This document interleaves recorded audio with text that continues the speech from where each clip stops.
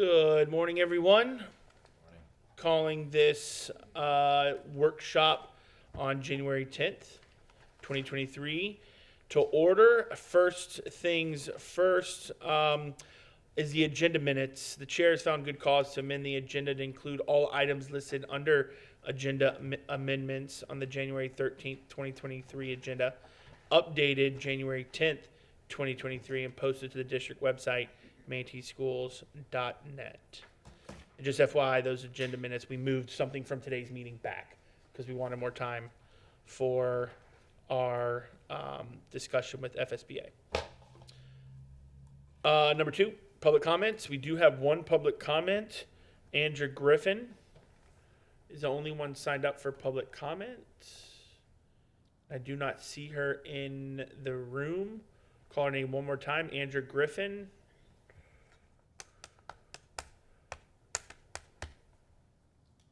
And we will move on.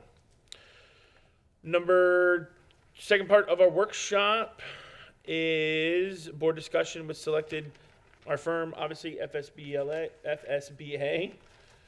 So, Dr. Vogel, I don't know who wants to start, but I'm going to go ahead and board. I'm going to give this meeting to Dr. Vogel. He's going to run the questions. He'll point out, if you got a question, just put your hand up. Dr. Vogel, I don't know if you want to kind of talk through how do you want to do questions whenever we have them? You want to wait till an end? Do you want to wait till you call questions? It's up to you. So whatever your prerogative is. Sure, thank you. Our meeting is going to be very interactive, so we'll be talking throughout the whole process. Anytime you have a question or comment. In fact, I'm going to be asking y'all for a lot of information, so it'll be very interactive the whole time. First, I'd like to say I'm here today representing the Florida School Boards Association. With me today is John Reichert, also, and our CEO, Andrea Messina, had a previous conflict out of state, so she's not able to make it. But I want to tell you, on behalf of Andrea and all of us, we want to thank you so much for selecting us to be your search firm to help you make this selection. It is truly an honor to be able to work with you all. And we really appreciate that, and we will be here with you through the entire process. Also, one thing I think is very unique today is we have board members that are experienced that have been on the board, but we also have two new school board members who have just been out in the community and heard from a lot of people. So today, when we work through our agenda, we will hear the perception of the district, not only from existing board members, but from board members that have just been out there and heard from people throughout the community. So I think that'll really help us out. Today's agenda is really two parts, and we have two major goals. The first is what we call the pre-search agenda. And we're going to be going through this. It's two parts. One is we're going to talk a little bit about the strategic plan, and two, we're going to talk about roles and relationships that you might have internally and throughout the community. And then we're going to get to the second part of the agenda, where John Reichert will lead us through the steps for the selection of the superintendent. And we're going to talk about community involvement. We're going to talk about the date that you want the superintendent to start. We're going to get all of your input, and the outcome of that is going to be a calendar of events that the board decides on what we're going to be deciding to do as our plan for selecting a new superintendent. So our goal is to try to wrap up everything within 2 hours. And we can take a break in the meantime or anytime you want to do it. You've also been provided two documents, One is key decisions for the school board. We've prepared this based on our experiences, and we're not going to spend any time talking about it today, but I think it's a useful document. We've also provided Amanda a copy of the district liaison roles and responsibilities, so we've done that.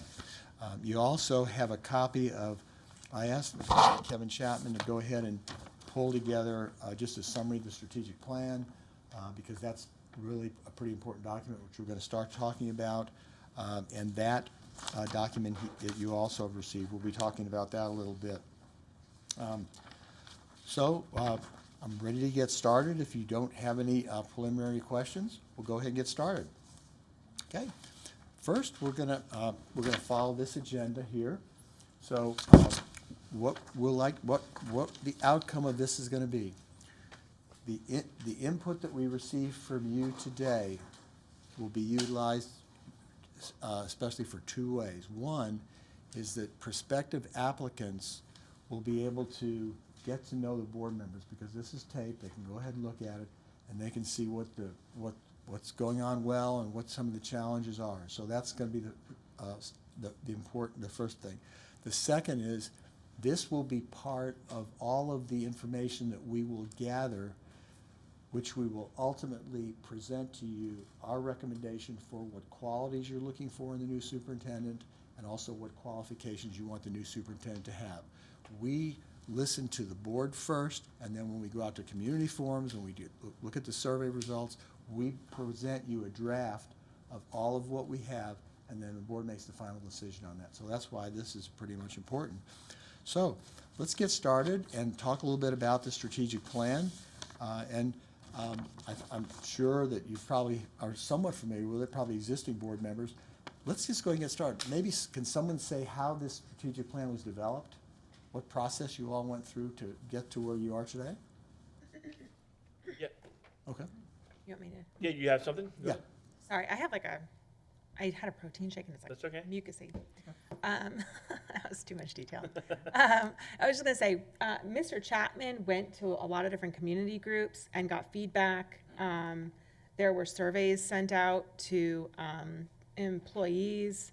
I believe there were also surveys sent out to community. We had access out to the community as well. And I know that Mr. Chapman went and gathered feedback. He had different groups that he met with and created different groups that helped guide this. And then the board set some priorities that we wanted as well, Great. based on that feedback. Did you all agree on the vision and mission? And you all came together on the vision and mission on that? That Yeah. was done at our master board training. I was gonna say, I think those actually existed beforehand, but I think we discussed it and we supported all- them. We all weighed in on it. Yeah. We're talking about it at the board training, yeah. Yeah. That's good. And master board training is something that I think is really beneficial, especially when you select your new superintendent with 2 new school board members to work through that, on that. So as far as, it looks to me like you have 3 areas of the strategic plan: ready to learn, ready for life, and ready to grow. Do you think most of the employees are somewhat familiar with the vision and the mission of the district? Has that gotten now down to maybe some of the people that might work in transportation, or teachers, or other people? What's your thought on that? I mean, I would hope so, yes. I would hope that it's been communicated to principals, and the principals communicate that to their staff, and, on the school side, and same thing on the operation side. Yes, I would hope it would be. I'll be quite frank, though, with you. When I was a teacher for 10 years, I couldn't spit out the mission and vision statement. You know what I mean? So I'm not saying that we could pick someone out of the crowd, but I would say that this has gone down to that level. And there's been some, not only when this was being created was it down that level, but I think it's been, expressed, here's what it is, and the principals have gone to teachers, et cetera. Yes. That's good. Yes, Ms. Foran? I'm not sure that it has, and I think it's probably a better question for a superintendent or Mr. Chapman as to how much has been communicated to staff. One thing that we are doing that I think is excellent this year is we are starting off every meeting reading the vision statement. And hopefully by the time the year is over, we'll all have it memorized, and we'll know what it is. But I do recall when we had a sales surtax promise. Do you remember that? And they had it up on the wall. And it occurs to me that it would be a really good thing to have our mission and vision statement printed up and plastered across the district, but, That's Mr. Wagner, excellent. can you attest to can you talk about this? I can. I mean, I can also from the operations side as well. So all good points, and I do believe that I know for our department that people have seen, they have been actively involved with the crafting of our updated strategic plan, starting at the department level where we all had ownership of it, and then we worked with our respective departments to help craft our particular parts, and then it also goes out to the employees. It was on our website. People could give respond to it that way, to talk about what they're seeing in the drafts form. It's been at the board. We pushed it out to the schools. So to answer your question, yes, I do think there's an awareness for sure in our community and of our school district of the strategic plan. And it's truly an awareness of our leadership as well. When we take things to the board, we have to pick which one of our the board work, how does it match up with our strategic plan? So we are using it as guiding principles. That's excellent, and I think Mr. Wagner pointed up a very important part. The purpose of this plan needs to connect with the budget. And I'll make an editorial comment. I had the opportunity to meet with your new CFO yesterday, and I know some of you have been on budget committees, but I see some of you smiling. This lady is very, very talented, and so that's another reason why this document is so important. Let me hear from new board members about this. And then what I want to do is talk about some of the successes and where we are on that. But new board members, any comments on the plan or anything that you'd like to say about it? Just start, Mr. Taylor. Well, I didn't have any input on it. Right. No, knowing that, for sure. I mean, I don't think I have any comments to make on it. If I were involved in it, there might have been a few things that I might have added or some ideas that I would want put in there, but it is what it is for now, and so. Correct. It's good. And it is a living, breathing document also. Ms. Spray? People have printed this and brought it to my attention, and their issue and the downside was it didn't really tie to the dollar. So there was a disconnect somehow. You have to go to this link and then look at this and see where that dollar amount is coming from. So directly tied to our budget. And and I don't want to be the Debbie Downer, but one individual even said it's a lot of artwork with, it's just too much to go through. This is just one page of this whole document that we're looking at today. So that was the only thing, is like, it's a lot of artwork, but it doesn't get into exactly how you do that with the dollar tied to that. So that was but then again, that was during some That's a good thought, active and that's time. what we want to hear. This is the kind of input we want to hear, because once we get into the budget process, this is going to be something that's, Right. will be tied in, and your suggestion can definitely be, incorporated in that, and I think everybody would agree with that.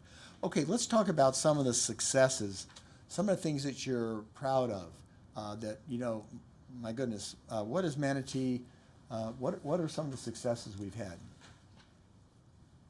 I think for me, something that puts us apart from other districts is the way that we partnership with programs to bring them into the school system. You look at the Guy Harvey Academy, you look at the Wozniak, you look at different things that we've brought in that other school districts don't have. And I think that's an attest to me, it's the superintendent seeing those, however it was. I mean, she walked by the Guy Harvey table and saw it because it was in Bell's Outlet and said, hey, what is this, right? And now it's blossomed to what it is and what it potentially could be. So I think for me, one of the great things when I look at the district are those programs that we have that other school districts aren't offering. Okay, and Guy Harvey is certainly a wonderful example of that. No one else has that. That is unbelievable. I can't wait to see that get off the ground, or get off out of the water, or get off the water. We're going to do it. Great. Okay. Anything else that we have? I feel like I have a lot of things I could say, but we've increased our state ranking multiple times. I think in my time here, it's been 9 or 10 levels in the state ranking. I think that's huge. Our budget continues to get awards. I mean, I know that there was a time where that didn't happen.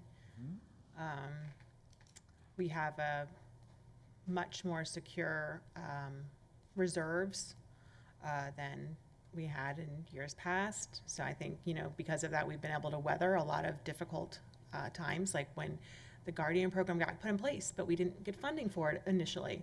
We were able to weather that. COVID was another one where, you know, we were required to have all these additional supplies. We didn't yet have funding for that. We were able to weather that. And those were because of the extra reserves that we, you know, had planned for. So I think that our strength is not just financial, but educational. Prior to the pandemic, we were, I think, 1 or 2 points away from reaching an A. We had planned to be an A, and then everything got shut down. And I think we've regained that, I think, rather quickly. And I think in large part because of those programs that really enrich the students' lives and make them want to come to school, make them excited to be there. Not to mention, you know, Florida's educational system really requires that we compete.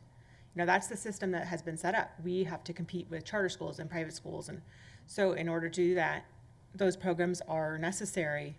And so I think I think I probably could keep on going, but that's because I've been sitting here going, oh, look at this, and look, I've seen how much it's grown. I've seen how much it's improved. So. That's excellent. I think, again, I'm going to go to you in just a second. It's so nice. The new board members can hear some of the things that the existing board members are excited about, and then we'll hear from the new board members also. But I will tell you, it's hard to improve the ranking of a school district, and I think you've gone from into 25 now. And that is absolutely amazing because everybody else is working as hard as they can. I remember back in the day when you were in the 40s. Right, that's what I'm saying. I don't think the magnitude of what that is and the magnitude to move an entire group, which is 50,000 students, to be able to move that entire group is huge.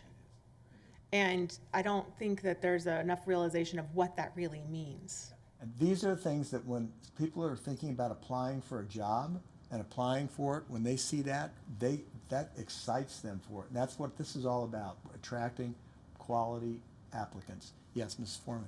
I've got several things. One, to follow up on the programs and the partnerships. We had funding from a Sarasota group to kick off diagnosing dyslexia early on. And I think that's just, it's a testimony to their confidence in us, and we're a step ahead of the state. The state is now just about to do something, embark on that. So that was pretty exciting. The other is the passage of the millage. It allows us to be very competitive on teacher salaries, but also our STEM, the science and technology, is just incomparable. You know, the different initiatives that we have. We have all kinds of robotics programs. We've got the animatronics programs. We've got Awards we won.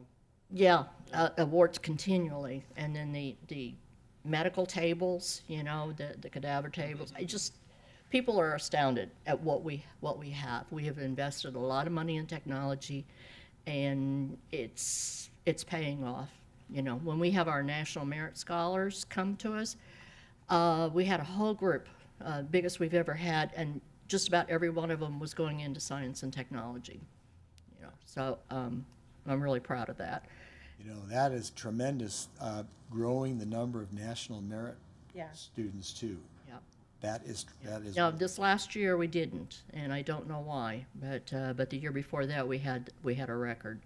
Good. And then the community partnership schools. We have one in place at Manatee Elementary, and we're just starting another one with Daughtry, and that brings the whole community in and provides services to the community that help with the education of Title I students. And then also our dual language. We've got several dual language programs in place that is very helpful. I'd be remiss, just, and I want to hear from Mr. Tatum and Ms. Spray too, but I'd be remiss to say, just because we haven't yet, about our safety. We've got, and Mr. D'Amico, we've got someone who is going around the country, and I know he's not in here now, but our leader of our safety in this district is asked to go around the country to speak to other districts on how we are doing it and how well we're doing it so that they can implement it. And I think that's something we probably take for granted. We all got to take the security tests, and sometimes I don't like the 10-foot black fences around schools, and sometimes we don't like the certain things being done, but unfortunately that's where we live. But the training that he does with staff continuously, I mean, I think there's one we just got invited to Canaan. I think that is a major advantage that we have that other districts don't, and we've invested in that, you know, how many years ago when that position was made. So I'd be remiss to not say that. But Excellent, thank you. Mr. Tatum, any comments that you'd like to add? Anything you've heard out there when you've been in the community that people really like, that they're really excited about? Well, one thing I've been excited about is the vocational and technical training that we have. A lot of that, apparently Mr. Wagner has been recognized throughout the state. He's doing a really good job. I've been to MTC. I haven't taken a tour yet, but it appears that we're really working on that aspect of our education, because I taught at SCF for a semester, and so not everyone needs to be we need a lot of people that can make the lights work and make the buildings work, and it's nice to have a few thinkers and a few philosophers and people that know how to write, and everyone should know how to write and speak. But my point is that we're doing a really good job, I think, pushing the vocational aspect of careers, that we really need some more of those people in our society. So I'm really pleased with that, and we seem to be a leader within the state on that. And then another thing that I've been pleased about from what I've seen and watching the videos of the board meetings over the last maybe year or so, and then now that I'm involved in it, is that the budget seems to be pretty stable. We don't seem to have a lot of, our auditors don't come back with a lot of findings. The budget seems to be pretty stable. And so therefore that allows us up here to maybe focus on some other things that will enhance our education, rather than just having to worry about, do we have enough money? How are the accounts looking? So that's a good aspect of our district too. Well, thank you very much. Excellent observations. Well, everybody took a lot of my ideas, so Oh, sure. that I think probably one of the best things that we have going is the ability to go from high school to a job. We have that, the process in place to where kids could actually have training to do a job before they even graduate. My hope is to create a mentorship program with businesses that we have here locally eventually, but to see kids excited about doing a job, and maybe not doing the 4-year college, but actually doing something that, you know, that's more specific to what their dream job is. Their dream job may not be going to a 4-year college. It might be going to MTC, learn one specific trade and do that.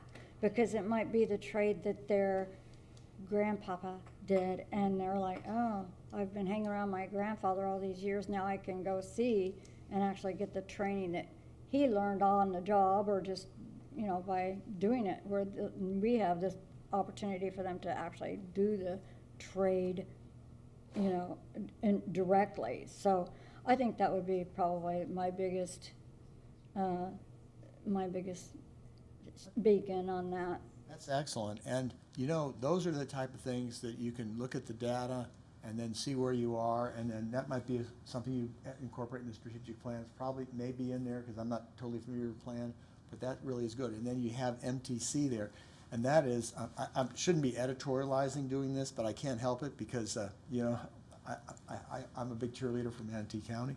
But anyway, I mean, then you'd have that connection right directly from the high schools to MTC for those students that wanted to get those programs and go ready to go to work. So Sounds really good, thank you. Now, what about emerging issues or challenges facing a new superintendent?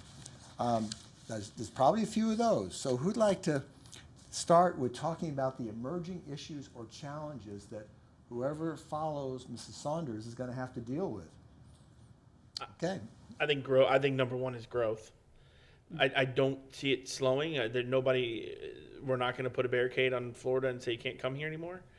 So I think the biggest challenge, the biggest challenge moving forward for a new superintendent in the next 5 years, would be my vision of thought of the next 5 years is going to be how do we handle the growth? How do we strategically build the schools in the right spots?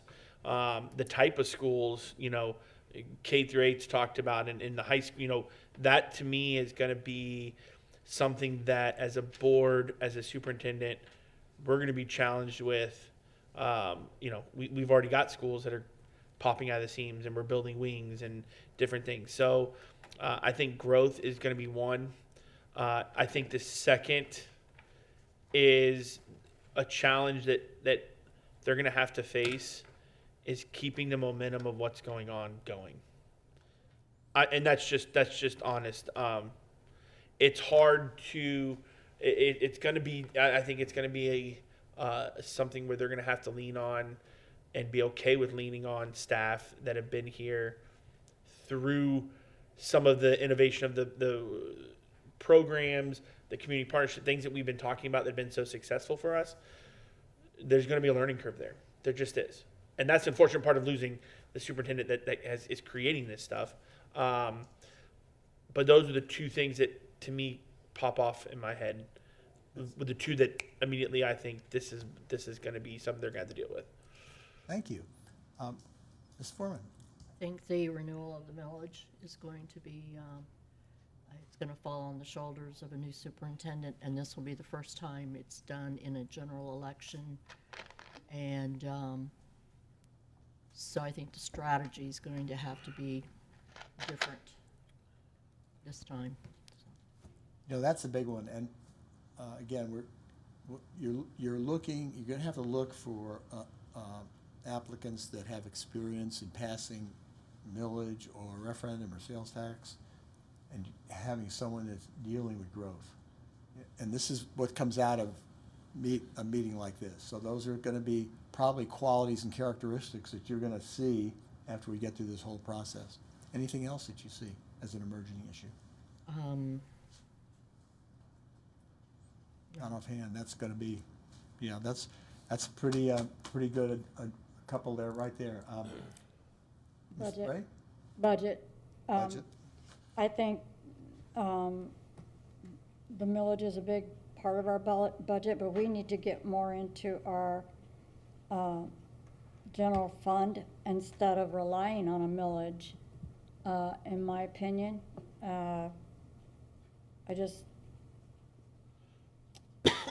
I think there's ways that we can look at really deep dive that budget and start moving over into our operating funds, because I just think it's a lot of stress on those who get the supplement from the millage. To have to worry about that every 4 years is too much. So I would think that would be my biggest thing, is to really deep dive the budget and see how we can not put that actual out there on a ballot. That would be my biggest thing. Of course, looking at the funding that comes from the state is always an issue, and there'll be good information out there as to the challenges districts have that don't have millage and that do have millage. So, but you're well equipped with your new CFO to have very deep conversations about Right. how all that fits. So, I think that's a good issue that is going to have to be discussed. And competing with other districts and teacher retention and Yes. bus drivers and all of that. I mean, the market for the whole educational field, like I've said before, sitting here, has gone through an awful lot in the past 3 years. And I think that, you know, trying to attract people to this profession is getting more difficult.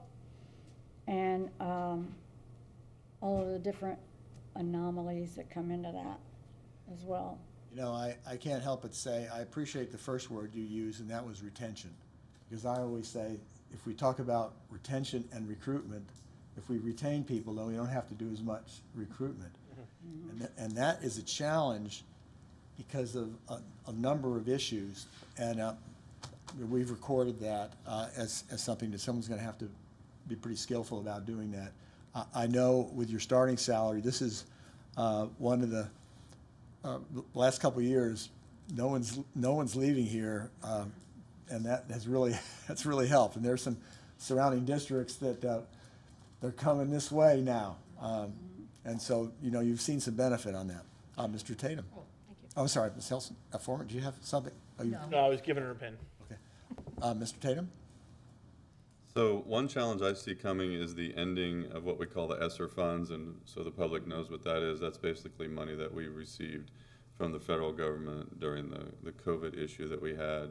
And that's going to cause a lot of employment positions to have to go away, apparently, as I'm talking to the superintendent. And I think that having worked in the military for a long time, I know like right after this, an example that comes to my mind is right after 9/11, there were a lot of reserve officers that were brought and National Guard officers that were brought back on active duty. And so there was this big surge of people. And so there were all kinds of cool things you could do with all these extra people. And then eventually that kind of went away. And one day, about 10 years later, the DoD said, okay, you're done with all those extra people that you have. And so all those reservists and guardsmen, a lot of them went back to part-time instead of full-time. And I see that kind of same thing happening here where teachers have gotten used to having aides in their rooms. And I don't know what other positions are out there, but you know, a lot of these positions that are helpful and useful and make people's jobs easier are going to go away. So number one, you'll have the disruption to operations that comes from not having all those extra personnel around. Then number two, some people unfortunately are not going to be able to be employed by the school system anymore because there just won't be enough money to pay them, and so that will cause some consternation within the ranks too. So that's one issue that I see coming. And then the second issue that I've actually witnessed myself at being a substitute teacher down in Sarasota County is the dual language learning. It can be a major disruption within the classroom. And how do we, especially if we're like a lot of those classrooms probably now have teachers' aides that are there, maybe bilingual teachers' aides that help. Well, you take those out of the classroom, and it's a very difficult situation to have 2 or 3 children in the room who don't speak English at all. And how can we take that burden off of the teachers to have to somehow conduct a bilingual class? It's just a challenge, I think, that we're witnessing, and I've witnessed it myself as a substitute teacher. So, and that's not to say anything. I mean, these children are here, and we have a responsibility to educate them, but we could do that is a challenge within our classrooms. Let's just put it that way. You know, I know we've also struggled with finding bilingual paraprofessionals, and we've also struggled with salary of bilingual professionals. And those are some of the things. Board members, I'm impressed. You're very aware of some of these critical issues that are going to be facing the new superintendent, and you know, there's not going to be a lot of time. You know, we're in January, so the budget process is going to be starting soon, and you're going to be, you know, having to make some difficult decisions. But you know, you are aware of the issues. Yes, sir. I'd add one more, and that is transportation. When I talked, at least the briefing that I got initially a couple of months ago, we're still having children arriving at school on a regular basis, 45 minutes, an hour late for school. And that is I know that Mr. Rinaldi and Mr. Wagner are doing the best they can with the resources that they have, but this might require a total relook at how are we allocating our resources. That just can't happen. You can't have a good education system where children are consistently arriving to school 45 minutes to an hour late. And then sometimes in the evenings, you know, there was a constituent who contacted me the other day that children are waiting an hour maybe even a little longer after school just to get on a bus, to then have to sit on a bus for an hour and a half or 2 hours to get home. And again, I know, Mr. Wagner, that you guys are doing the best that you can with the resources that you have, but we may have to, when I say we may have to, I'm just transfer some resources. That system can't continue any longer in that form. We're gonna have to do something about that, so. That is a challenge, and, but there's gotta be a way of dealing with it, like you're saying, too. And I think, you know, board members, you know, have various experiences that they can suggest to the superintendent to, you know, and that's what's nice about having a board that has, you know, board members that are just coming into the position too. So, thank you for that. Yes, Ms. Foreman? Follow up on that, another challenge for a new superintendent is going to be, and because of the growth, is going to be rezoning. We know how popular that is, but you add new schools, you have transportation issues, we're going to have some serious rezoning, so. Yeah, that is a challenge. Painful. Painful. It's rezoning. painful. Painful when you do rezoning. that. No, it is. I know. Yeah, when I was listening to Bay News 9 this morning, I heard about some pain that's happening in an adjoining district about rezoning, right, you know, today too. So I know it's a challenge. Yes. I had a couple that I had thought of listening to everyone. Kind of to Mr. Choate's point about the growth. I think with the growth comes communication, and meaning that we communicate better to the community, but as it gets bigger, I think that becomes more of a challenge as well. I know that a lot of times I'll hear something from somebody, and what they've been told is not necessarily accurate. They heard it in a community group, or they heard it from their friend, and it's not accurate. And I'm grateful when they reach out because I can help them get more accurate information. But that really, to me, always falls on the school district. We should be communicating that better. There should be more. I know that I had pushed to have like an anonymous thing on our website so people can just put something anonymously so that we can, you know, get it. And you know what I mean? Stuff like that, where I want to make sure that we're receiving information, and I want to make sure that we are sending out as much information as possible. And I think that becomes a lot more difficult the bigger we get. The more employees we have, the more students we have, the more growth we have. We have a lot of people that are coming in that don't know, that haven't been here, that haven't been a part of this, and they've heard, oh, Manatee County's a good school system, you know, it's a B, it's done this, it's improved. And then they join and they're like, well, they come here and they're told, well, it's this or it's that. And it's not necessarily that or this, it's just that's what one group believes, or that's one person is saying. And I know we'll never cure that. But as it continues to grow and as we continue to get new people, I do think that will always be a concern that I have.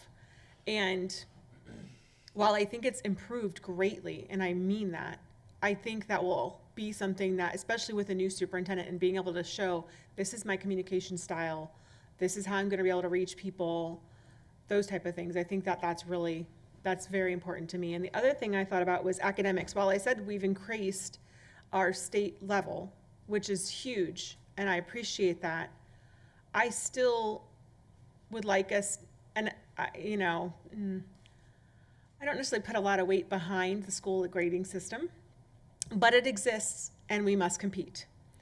So as much as I have questions about the validity of the tests, and I have questions about even the validity of the standards, because whatever, they're new, and we have new curriculum, we have new standards, we have a new test, and we're probably gonna have a whole new grading system.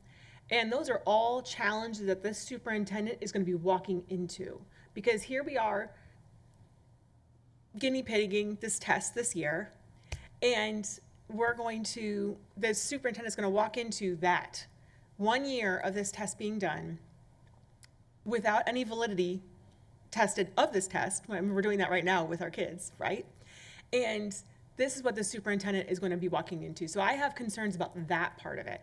And that, I know that's not us, that comes from the state, but having an understanding of that and being able to communicate that and being able to support our superintendent and get that superintendent the resources they may need to deal with that, to make sure that everyone has the proper training, to make sure everyone understands the new systems that are being put in place and the new standards that are being put in place, into the depth and the rigor of the standards are supposed to be taught. That's a lot. That's a lot for a superintendent to walk in on, because we've been trying to train, but they keep rolling it down of who needs to teach these standards. Or rolling it up, I guess, up in the higher grades. Do you know what I'm saying? I don't know if I'm explaining myself well. You have, But those are my concerns. you're very perceptive, because I think everybody is really holding their breath to see what impact the new standards and new testing are Right. gonna have on grades, because normally when they do that, it takes a couple of years for people to understand the process and what they need to make sure they've covered in their curriculum. Right, and So, putting that on a new superintendent walking in, I think that's gonna be, that's big to me. I think that we have to understand that, that's what they're walking into, and none of us really know. Yeah, that's good. Well, thank you. These are excellent. What I'm gonna do now, and I'm just a little bit behind, is I'm gonna talk about relationships now. And we'll run through these pretty fast, because I wanna try to stay on time, trying to finish up this part about 5 after 10, and then we'll go to John. First, relationships, external relationships. Let's talk about that. What about with your congressional delegation? How are they? And basically what we're looking for is there a positive relationship? Do we need to, will a new superintendent need to build on that? You know, hearing from new board members, have you heard, you know, from your congressional leaders, you know, how is the relationship with the congressional delegation? You may not have a lot of contact with them. Right. I mean, I don't think, to me, I've never, on either side, look, just going down this list straight from external, going down the list. Congressional, I mean, I don't know how her relationship is with Vern Buchanan, but more legislative delegation, like the more local one, Okay, let's talk for about state delegation. I've never, from the people I know, I've never heard there's a disconnect, or there's not a good relationship. I think county could be, I think our working with the county in general could be a little bit better. I think with Chambers, I think the superintendent has done a good job with that, a really good job and also with the EDC, the economic development.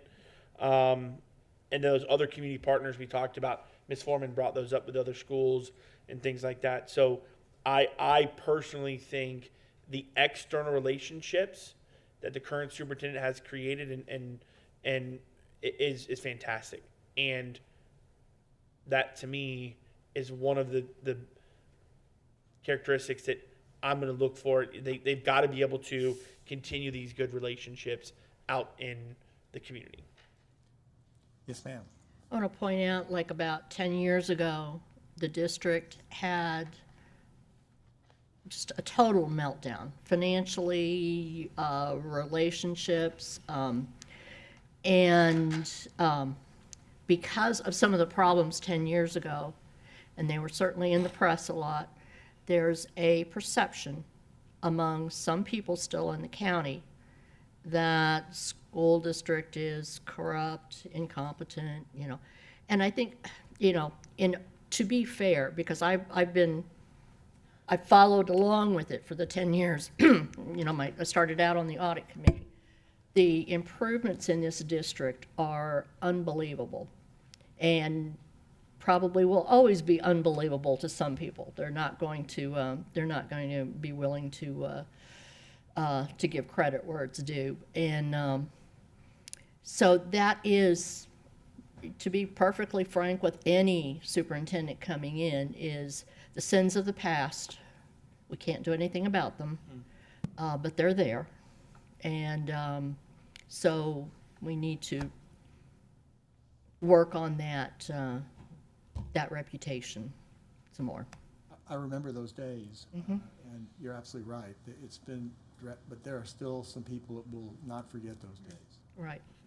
But you know, I think that's a plot. That's where you've gone with external relationships now seems to be moving definitely in the most positive direction. Yes. I just want to add, like the legislative delegation, whenever there's something that we have wanted to get done, the shooting range, the WAS, airport, now we're asking for Guy, like we've always been able to get somebody from our local delegation to put it up and support it and get the funding for us and fight to secure the funding for us. So to me, like, I feel like that relationship is strong. And I agree with Mrs. Foreman and our chair that those would be things that would be very important to me to continue these things, because especially the economic development, we drive that in a lot of ways.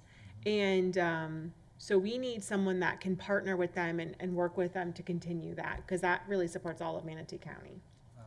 Excellent. Yes, Mr. Tatum.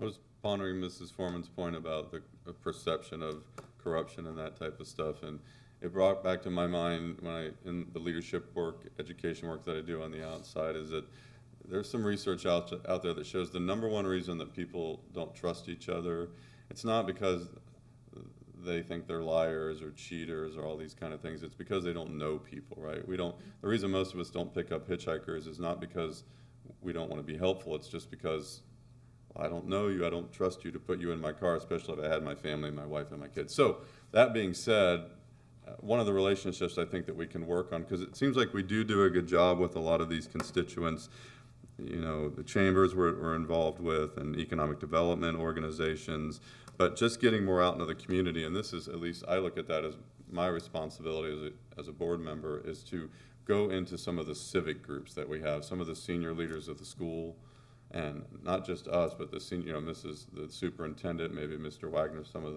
the executive staff, and just let them know, like bring Mr. Wagner out there and do a presentation on MTC and show people the great things that are happening, and let them know that there's a man whose name is Mr. Wagner, and he's the director of operations, and he's a decent person, and look what he's doing for the school district. He's not just a faceless bureaucrat spending some portion of that $1 billion budget, and we don't get anything out of it. So all that point is to say that the main reason that people don't trust each other is because they don't know each other. So the more that we can get beyond just the Chamber of Commerce and, you know, some of these other organizations out there, get senior leaders of the staff and ourselves out in the community so they know us and they begin to trust us. I think that's an area where the superintendent, not that Mrs. Saunders doesn't do a good job of that, but I think there's some room for improvement in that area. Yeah. And you know, that's always a challenge, especially with someone new coming in as a superintendent, if they're not familiar with that. And that's where the board members have to kind of help that person, you know, look at their past experience doing that, but then kind of help them. To end on his comments, it's so easy to say, oh, it's on the website, it's on the website, it's on the website. And that's the go-to answer, it seems to be, instead of, you know, being the hands-on person to go out and explain, well, this is what it says on the website, let me explain it farther. But also, for me, as a new board member, relationships within this building. You have to build those relationships as a school board member. I want the people in this building to know that I'm approachable, you know, to have that relationship that here within. I want to know that the people on the second, third, fourth, fifth floor even know me as an individual, not to be viewed as, oh, the school board members here, watch out, watch out. I don't want that to be the perception. Even out in the community, you know, we're out there, and people who work here, they may be in their own little group, but I think that the relationship there could be better to say, like Mr. Tate said, I don't know you, so I can't trust you. Perception's everything. Optics is everything, and a lot of people don't think that's true, but it is. And if there is a image out there that we look bad, it's because maybe they don't know. So, and to be honest, there is that image out there. They do not know. So it's up to us to tell them that. And it starts with this, with the administration, all the way up to the school board, to communicate that, not just, you know, the teacher and the parent and that. It's everybody. And I see that the relationship between county governments, we do have to have a good working relationship with all of our county governments, whether it's out at Anna Maria, and you know, we were talking about the relationships with the cities out there. And there was a delegation, legislative delegation yesterday. So I was there to the very end because I want people to know I'm interested in everything that everybody has on that agenda. And it's not I need to be there because I could have done other things, trust me. But I wanted to hear from them, and I want people to know that for me, I'm approachable. If you have a question about what's going on, let me try to find the answer. And I think that's the whole thing, is optics, is being able to be approachable by everyone inside here, at the support center, and in any classroom. You know, I really appreciate that, and you brought up something I think is very important. Not only are you educational leaders, you are community leaders. Yes. And what goes on in Manatee County, everything that goes on in Manatee County impacts you all as educational leaders, but that's so important, and I really like your statement. And thank you for recognizing it's very important for district staff to get to know the board members when someone comes in the building. And I shouldn't say this, but the one thing that irritates me is it's on the website. And how many times every day when you call, or if you make a call, we'll put you on 30 minutes hold, but if you go on the website, you can get the answer. So I totally agree with you on that. And this was a nice transition that you gave us to internal relationships. So let's look at that list.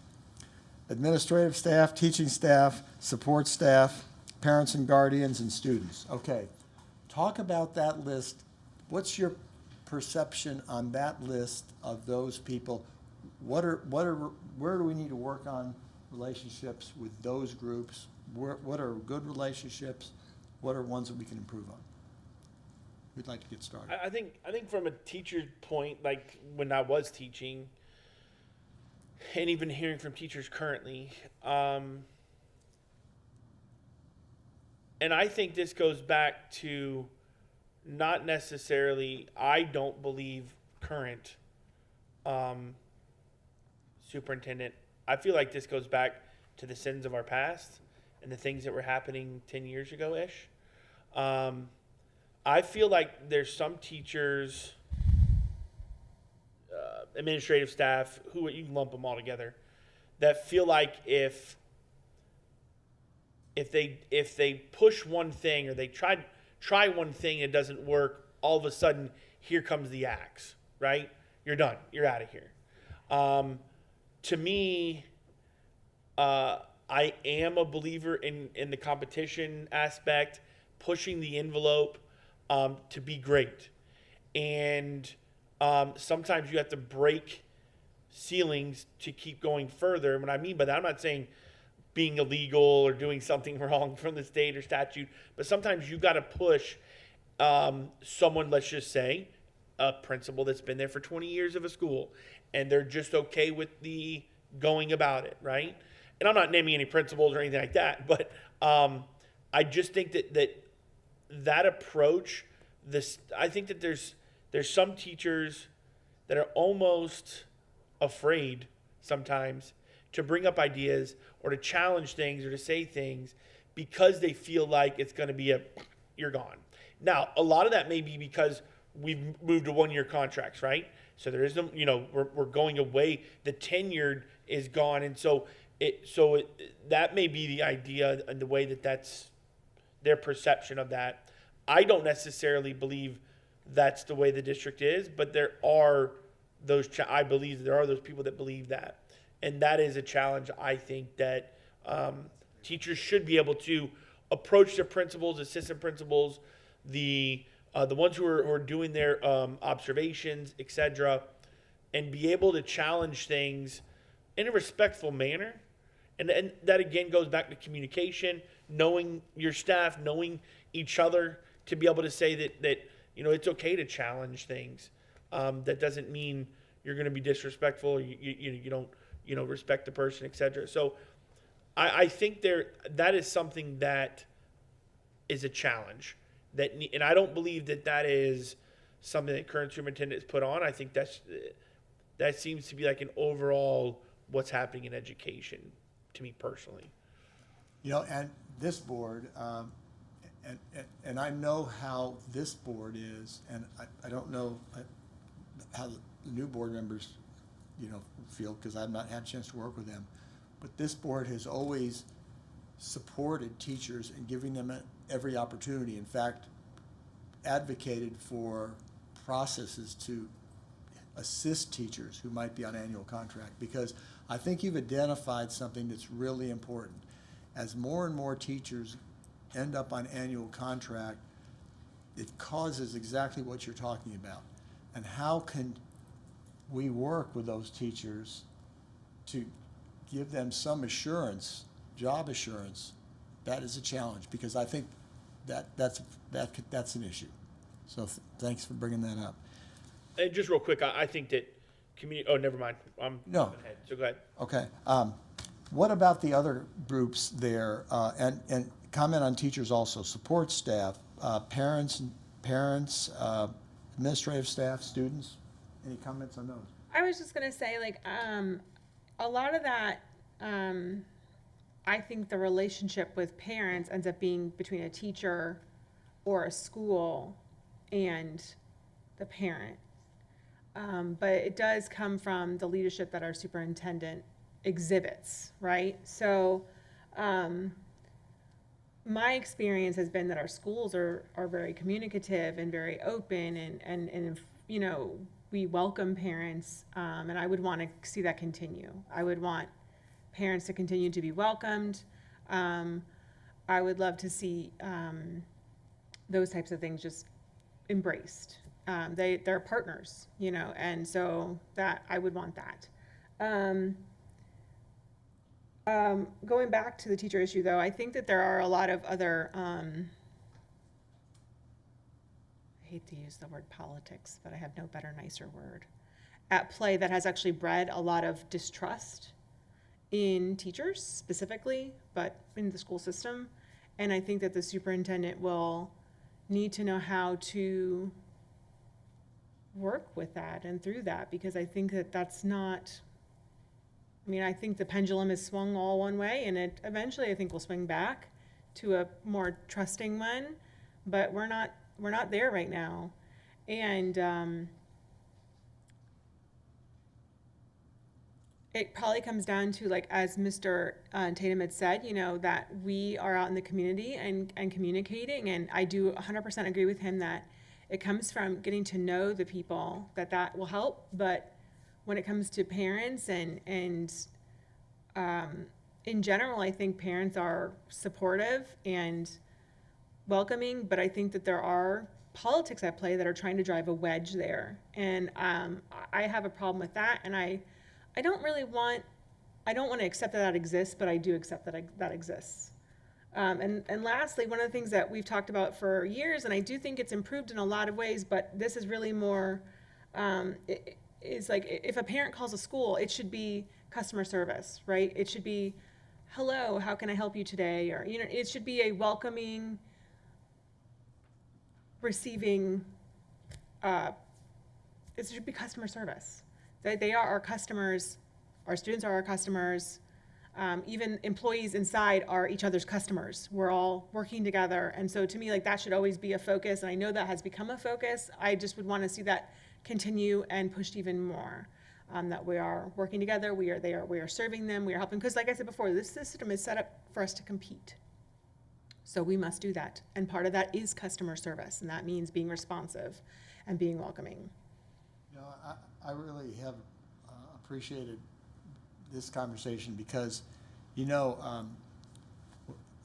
as a longtime educator, it's really a privilege to be an educator, and you know, and it's a special mission Right. that we do, and we're here to, you know, make sure children learn and parents are supportive, and we need to reach out, and we need to, you know, we're very blessed to be able to be in this field. And you're right, that people, that's something that we always have to continue to emphasize, that why we're here and how important our job is. Yeah. And when people call, we need to be responsive. I don't care what it is, you know, and a new superintendent, the smallest issue, and we're going to talk about relationships with the board. Every issue that a board member brings up, no matter how small it is, because you're out there, needs to be addressed. I don't care what it is, because you wouldn't bring it up if it was not something that somebody had brought to you as an issue. And I shouldn't be editorializing, okay? But that's so important in a new, when you look for another superintendent. So anyway, okay, anything else on relationships, internal relationships with any of those groups? Ms. Foreman, do you have any more? Okay, okay, good. Final group, board superintendent relationships. Okay, what about, how does that system work in Manatee County? Chain of command, communication, when there's issues that come up, what are your expectations? How is it going now? What can be improved? What are your expectations for a new superintendent? I want her to drop everything and do what I want. That's a joke. That's No, I know that, yeah. No, Is we, it? I think, is it? No, I think we have really strong relationship right now with our superintendent, in that we are, as a former board member said, no secrets, no surprises. And I truly believe that we follow that. We are fully informed. As things come up, even outside our briefings, we get phone calls to let us know. When things come up and we hear things in the community, frequently, almost always, I bring it to the superintendent and say, this is what I heard, and she will get somebody on it and research it and come back with a response. She's just incredible, anybody filling her shoes is gonna have a hard time with that, so matching that. Okay, that's, I mean, as I've said before, like, I wasn't a believer and she made me a believer, and that's because the level of trust that I was able to build with her, that's really important to me.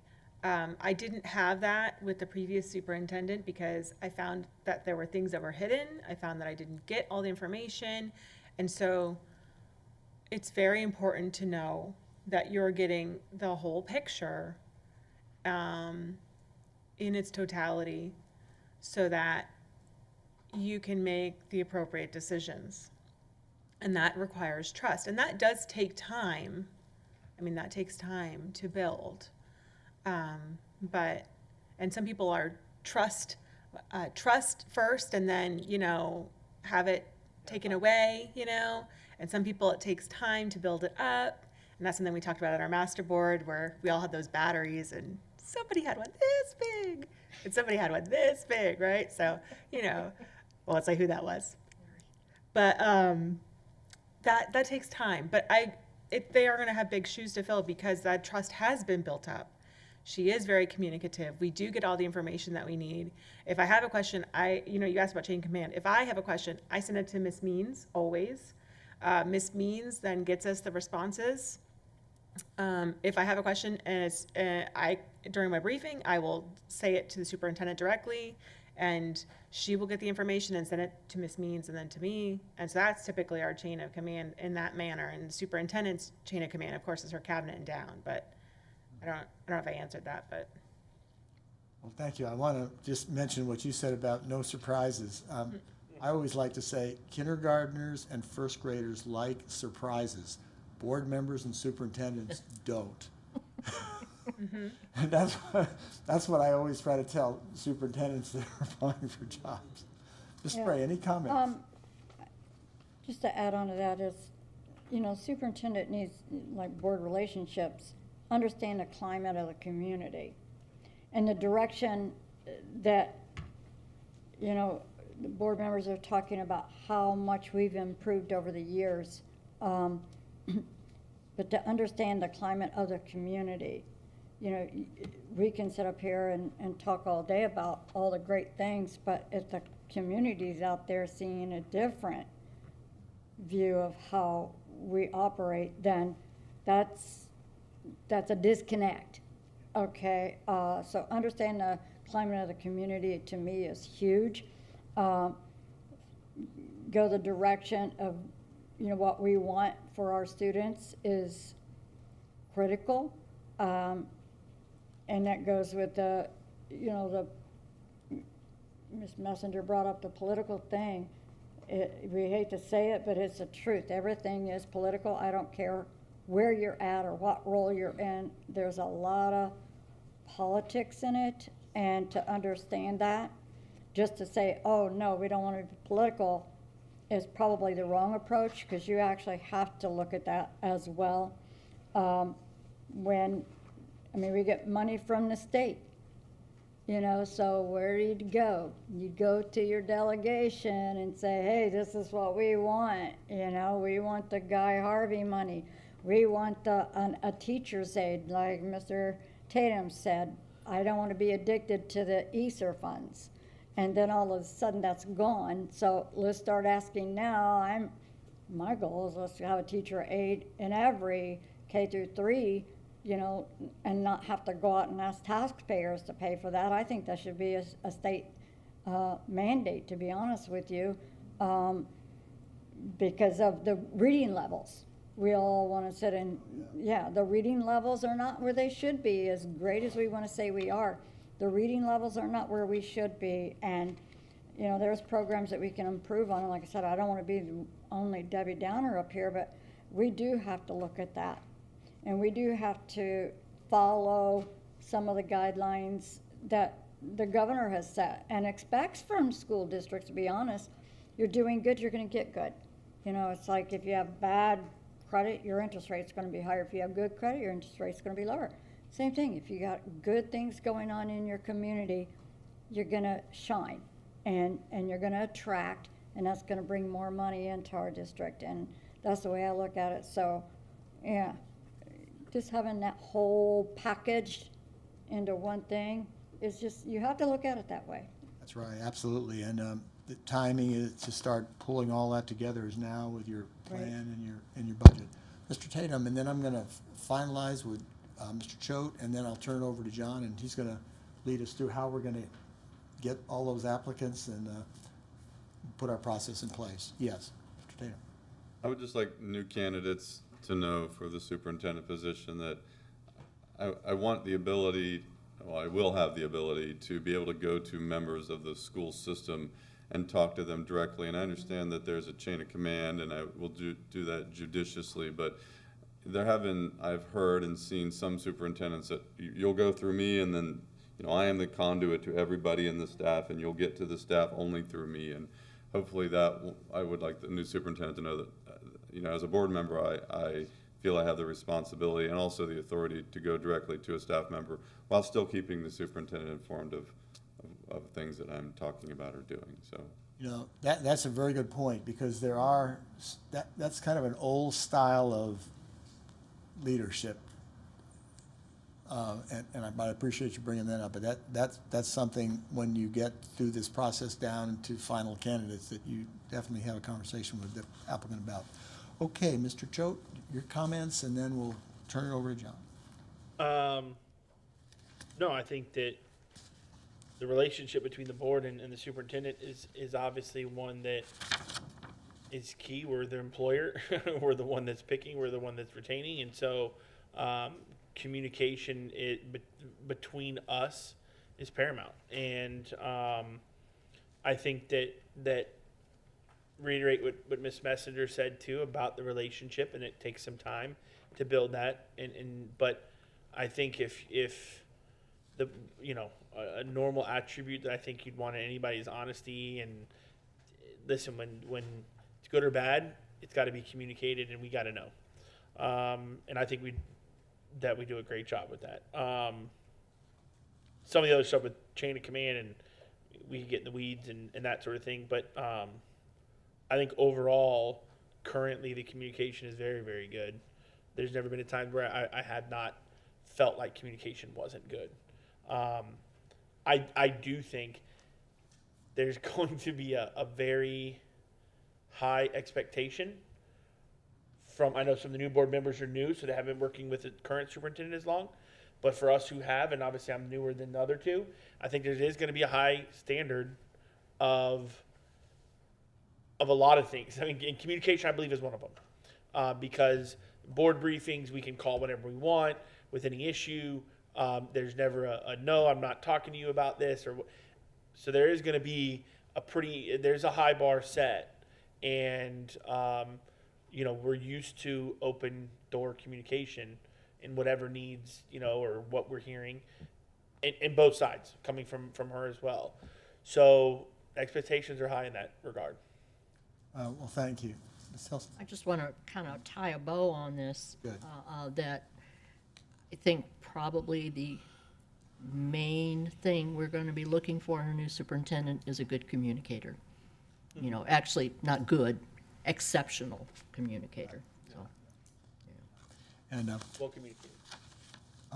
very well said. And oh, why, thank you. very, very well said, and that definitely will be one of the qualities that will be included. Yeah, and I just want to say too, I don't necessarily need to schedule an appointment with, the staff. I can schedule with Mr. Chapman an appointment. What do you see that maybe we need to add into this new, superintendent's role? That, everybody's saying we have a high bar and all of that, but, that open door policy, I go back to again, I want senior staff to reach out to me if you have something you want to talk to me about, it's not a complaint or any of that. It might be, this is what I see, maybe it was a program that was started and it didn't get enough time to actually, it was implemented, but it wasn't really given the full chance to see what the potential that program could have been, and it was pushed to the wayside. And I've been to some community engagement meetings about improving reading grades, and I've asked, whatever happened to that program? I was right out there. What happened to that program? I don't know. This person was supposed to do that, and things like that. I just want to have that flexibility to be able to talk to staff if they want to. I want their input just as much as the community's input. I guess if that's how I would tie a bow in it. Well, thank you very much. That's an excellent point. Well, thank you. I think this was very helpful to us in our recruiting applicants for the job, and I hope it's been beneficial for the board. I've enjoyed hearing from the new board members and experienced board members, and I think when applicants, if they view this session, they're going to be very impressed with the board. Going to be very impressed with the relationships between the board and the superintendent now, the board and the community. I think this is going to be a real draw for bringing good applicants in. So now I want to thank you. I'm going to turn things over to John Reichert, and John is going to put this whole process together with your input, after your input, and then we'll figure out how to go ahead and get that next superintendent. Thank you very much. You want to take a break? Or? Does Can anyone we need have to a take a recess? yes, please, sir. Yeah, 5-minute recess. Thank you.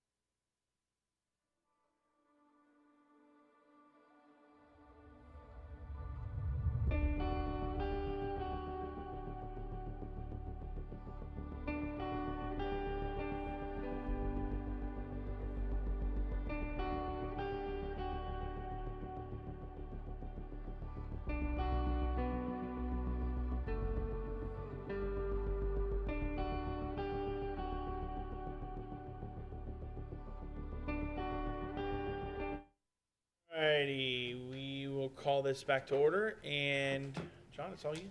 Thank you, Mr. Chair. Again, good morning, board members. I touched on kind of our search timeline at the last meeting that we were here at.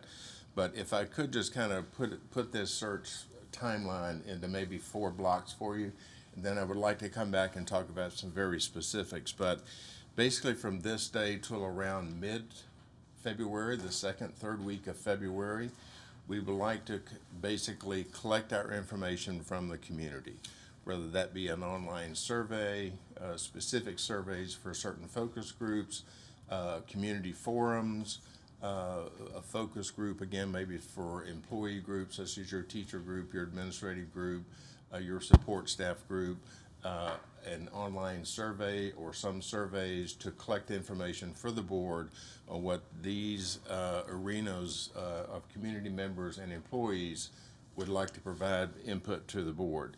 With that, then around the 3rd to the last week of February, the board kind of receives all of that input, evaluates that, digest it, and then we get with the board to determine your minimum qualifications for advertisement, any preferred qualifications you might want to have in the next superintendent, and also the qualities and characteristics for the next superintendent. With that, then we would move to an advertisement period, which would be around the end of February, 1st of March, for about a 30-day period. As I mentioned at the last meeting, typically your rates are for a 30-day window. Now certainly we could put the ad in, give the closing date for a 30-day period and move forward with that. So 4 to 5 weeks to advertise. Around that time, the end of February, maybe through March. Then in April, the board would really look to vet the applicants and come up with your list of the top 8 to 10. There may be 7, it may be 11 that you might look at as semifinalists. Then from that group of semifinalists, we would ask those persons to provide responses to 5 questions to the board. 2 or 3 would be videoed, so you get a video appearance of those persons, and 2 or 3 questions may be written, so you get a feel for their writing style.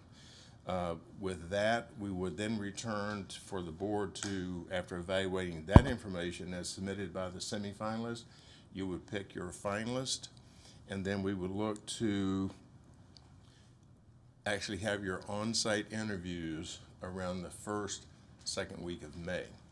And at that point, shortly the next day or 2 thereafter, at a regular board meeting or a special board meeting, we would actually, be looking to identify and select the superintendent around the first, second week of May. So that's kind of a very broad picture, but as we move forward now, I'd like to get some input from the board with regard to certain specifics to see how you would like to proceed. So the first item I would say would be your website portal. We would certainly recommend that we work with your IT department to create the little icon that says Superintendent Search, Manatee County Public Schools. That would be the arena where once we develop a timeline, we would post that so your community and employees know what the search timeline is. We found that a lot of folks, without that being up, a lot of your community will say, I don't know what's going on. And again, it's not we would refer to say it's on the website, go find it, but we would tell them that, as you look for superintendent search information, that will be your source to have it all out there. And it will provide accurate information, not rumors that the board is waiting till August to select a superintendent. No, this timeline says they will select on this specific date. So that's one item.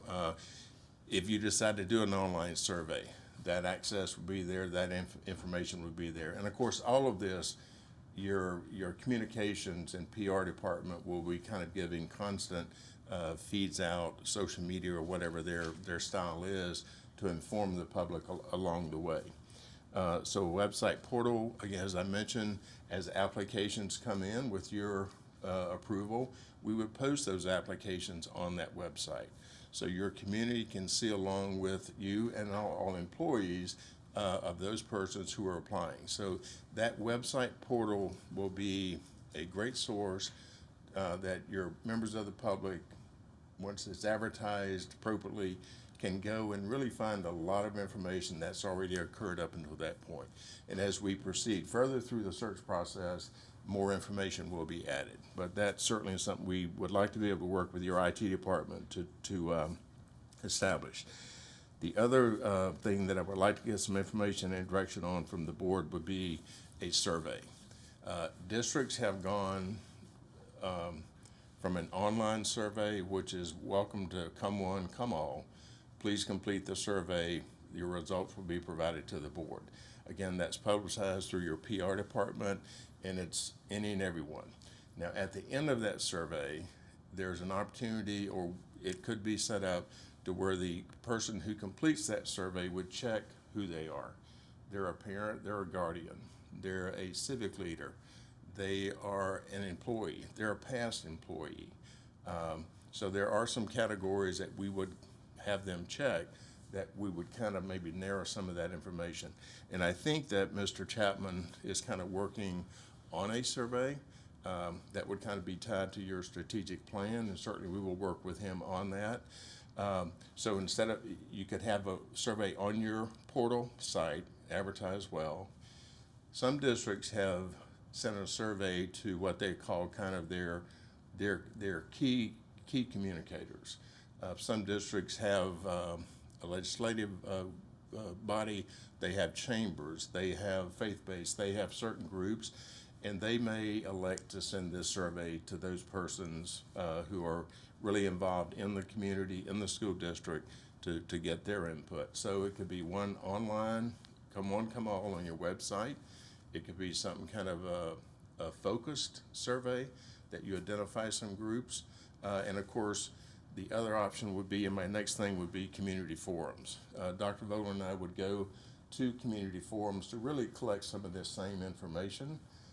So whether, you would want 3 or 4 community forums, again, a focus group with your teacher group, a focus group with administrators, and your support group, that might be as well. So any thoughts on the survey?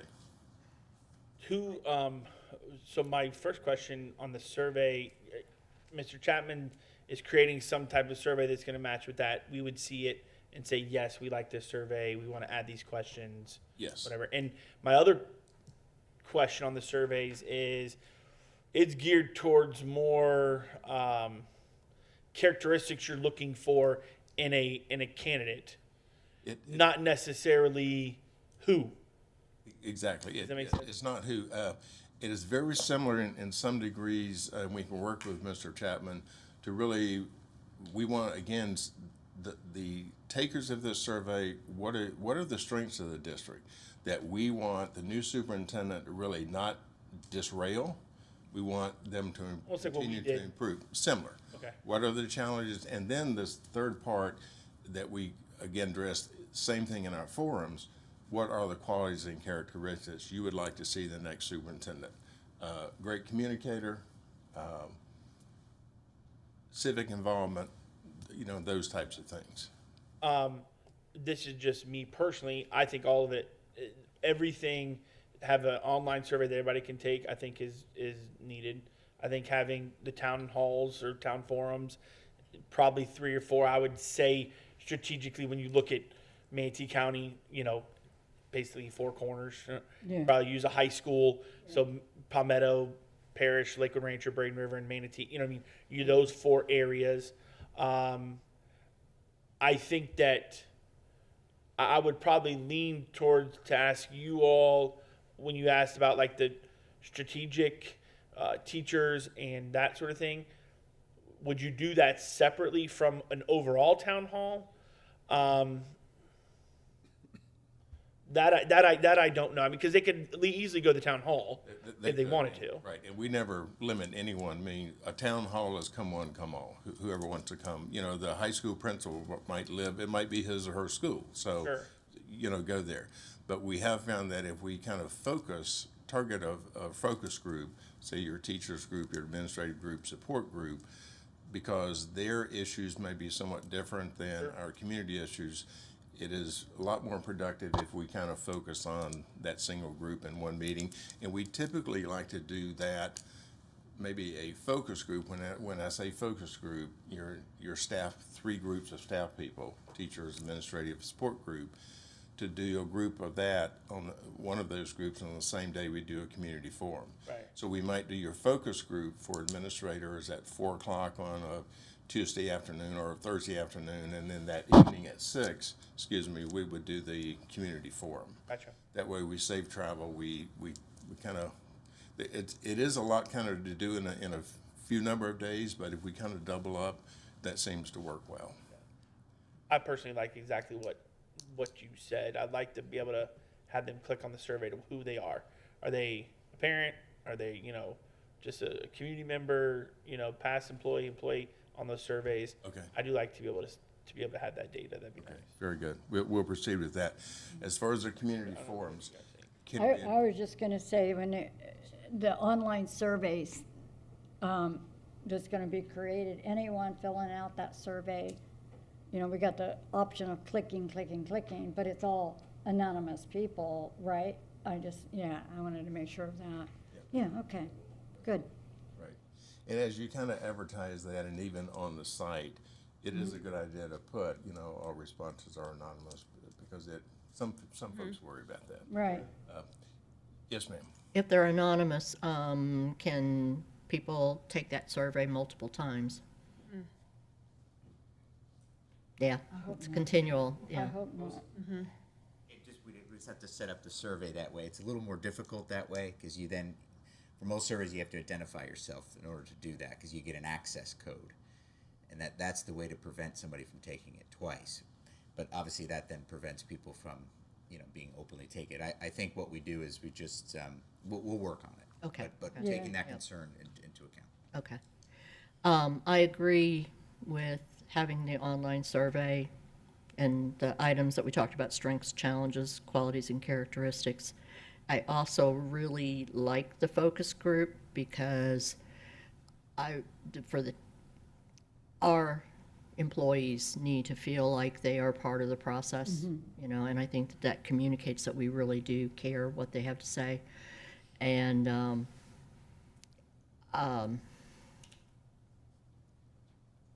I don't know if we have the possibility of doing a hybrid where they can be in person or Zoom.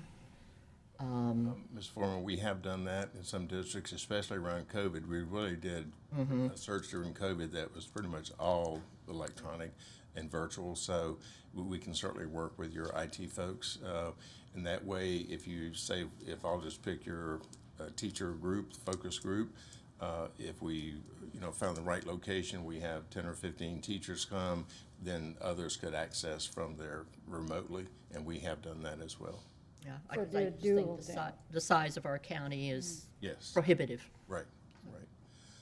Are you saying have the flexibility of people zooming into that forum? Okay, yeah, all right, I wanted to make sure I was Yeah. understanding it. Yeah, now, I was thinking of the focus groups with your 3 employee groups. Would you want that if possible? Because those are kind of held at the, at different high schools. And if your high schools have that capability, we can certainly work with them to do that. I'm sure we can figure it out. I just want to understand what Chair Choate said, the 4 corners. So you're saying that you would do like a 4 o'clock in the afternoon with the staff or whatever, and then a 6 o'clock for the community. And that way we have those 4 regions covered in doing these forums Yes, ma'am. publicly. Okay. And if possible, could y'all identify we'd like to do them at high schools, if you could identify the high schools in these 4 areas? I mean, I'd imagine Palmetto Parish is obviously pretty simple to select. Yeah. I'm just kind of going down like through Braden River. I mean, either Braden River or Lakewood Ranch. I don't really know. Braden River may be closer to some central located. It's obviously really close to Lakewood Ranch anyways. I would probably say Braden River and Manatee, Yeah. those 4. Yeah. I don't know what y'all's thoughts are. That gets 2 north of the river. Yeah, 2 north, 2 south, And east, 2 west. south. I mean, Yeah. So I have, Naturally broken up. we'll kind of work with staff to try to go to Palmetto on a day. Parish, High School, Manatee High, and what was the fourth one? I would say Braden River. Braden River. Braden River? Okay. Thank you. And then, like I said, on those dates, we'll also incorporate one of the focus groups with the employee groups. And with the advertising, you would do that along with this? Yes. Okay, Right. okay. And one of the big things we do at each of these forums and the focus groups is just remind all those in attendance of the online survey. Of course, some of the same information is collected on the online that we'll take at these forums, but we try to publicize it as much as possible. I have a question. Yes, ma'am. I believe when you guys were here before, you didn't recommend that we go to those as board members. Am I correct in remembering that? Right. If a board member would like to come and just kind of do a quick intro, and certainly whatever the board members would like to, one or both or all, just to say welcome and things of that nature and welcome those in attendance, we found that especially for those who either participate face-to-face or even virtually, are somewhat reluctant at times maybe to present their real issues if board members are there. I don't want to hinder anything. Right. So I might make up a phony name so I can zoom in. I'm just saying. It's going to be really hard for me not to go to that. I enjoy going to those types of things. So I will come up with some anagram for my name there. I just wanted to talk about one thing that you had mentioned. And it had to do with the key communicators. And the superintendent does have a group of key communicators. And I certainly wouldn't want to limit the survey to only them, but I would like to make sure that we do also very much include them when we send it, because as you said, they are the ones that are typically most directly tied to the school district through different programs and agencies. And so I would want to make sure that their voice is represented in the feedback that we receive.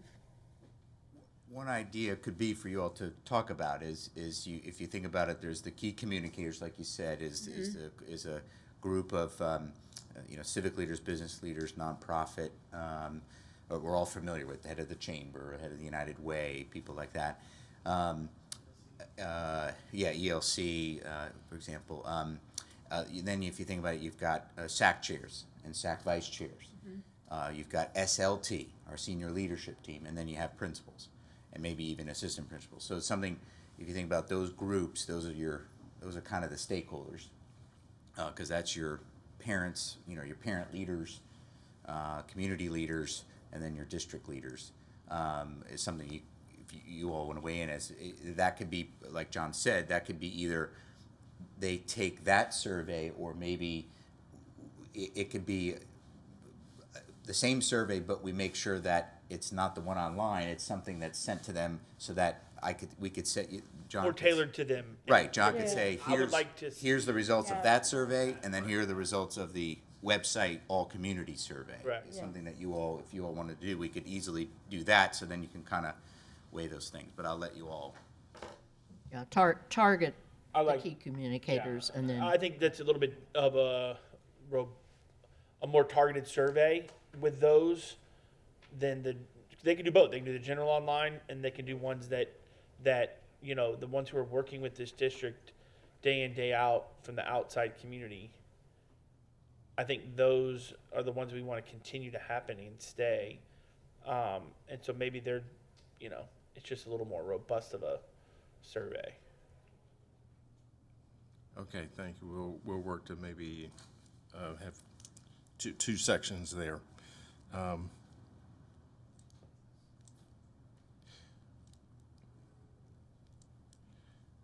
Mr. Chair, would the board entertain any thoughts on any kind of advisory committee that might look to evaluate some of this survey data to come up with qualities, characteristics that this advisory group might recommend based on some of that information that comes from all the surveys, and also some thoughts of them kind of looking at some of the qualities and characteristics that they would like to see in the next superintendent? I think yes. Dr. Vogel and I spoke, and I think advisory committee, I would like advisory committee. I don't know about everybody else, and we can talk about that. My thought is yes to advisory committee. And in talking with Dr. Vogel, how do we select that advisory committee? I think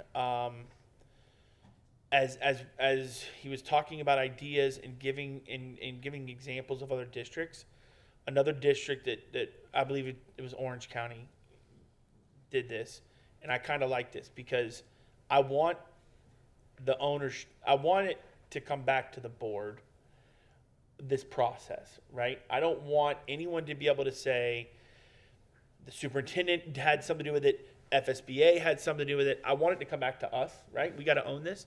So I don't want to say, oh, well, we want to pick one person from this civic group, and then we pick someone from Rotary, and Kiwanis is upset, and Lions is upset, and Junior League's upset, et cetera, right?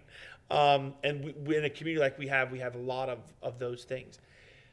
I would propose that the 5 of us choose 3 people, to be 15 total, to be on this advisory committee, with the idea that the 3 we're choosing, this would be my thinking, the 3 we're choosing, and this is just, you guys we can come up and talk about it, but the 3 we choose would be, for me, I would choose someone in the system, teacher, administrator, someone inside the school system. I would pick someone that's in the business side of where our kids are going to go work eventually, wherever that business may be. And then a third one would just be someone outside in the community. Someone that maybe doesn't have kids in the system, that doesn't have, any real connection into the school district, but someone that I would feel would be, obviously suitable to help in advisory. That's my initial thinking, through a whole bunch of other ways that I thought, but that's my initial that I'll bring up, and you all can discuss that or bring up your own. So that's my initial where I would see could work. And again, and the reason why I'm thinking falls back on us. We're the ones choosing it, and it's not, oh, well, why did you pick Kiwanis member and not a Rotarian, or something to that effect, or why did you pick someone from this electrical company and not this and so it comes back to us. And I know that may not be the whatever, but at the end of the day, this is all going to come back to us anyways. So I feel like that would be my strategy. So up for discussion, debate, loud noises. So I was writing, I'm sorry. It's okay. You're saying that each board member would select 3 people to be serve on this committee, On the advisory committee. on the advisory committee. You said somebody that's in the district working, or what were the 3 that you? My how I would pick it personally would be, I'd pick one person that's a district employee, Right, teacher, staff member somewhere. Second one would be a business that's tied back to the district some way, somehow. okay. And then the third one would be a community member, Community, just okay. kind of at large. What about a parent? Yeah, a parent can be in Well, there, yeah, absolutely. that was Yeah. my. Parent could check off all of those. Yeah, They could. So absolutely. So that's my initial bring up idea. So, I have concerns about creating a committee at all. Okay? And that's really based on what Ms. Messina had said. But prior to her saying that, I thought, oh, of course I'm going to do this committee. I want community. I want them to be involved. I want them to help. And that's genuine. I do. But the current culture that we live in is exactly what she said, which is the people that are on this committee are going to be attacked. And I don't really want to put anyone in that position because that's what's going to happen. We've seen it happen. It's happening in groups we already have, where community members come to the meeting and attack members of the committee. I have no desire. You're right, it's on us. It is on us it should not be on those people to deal with that. Because that's the culture we live in, where you're going to have somebody that doesn't like what so-and-so said in that committee meeting and come to the next meeting and attack them, or attack them on social media, or do what, I mean, like, I see your point.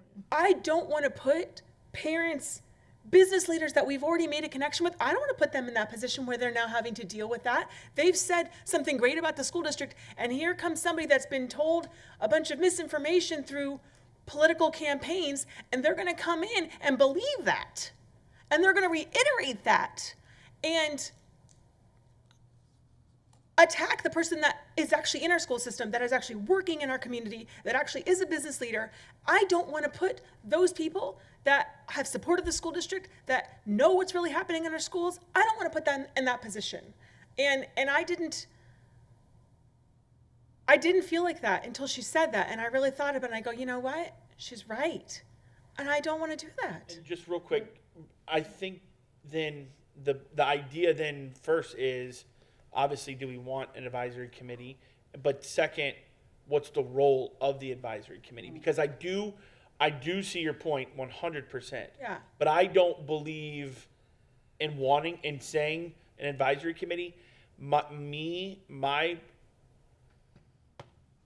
I would want the advisory committee sole purpose is to be the conduit between to us and the surveys, bring everything together, finalize everything, and present the final.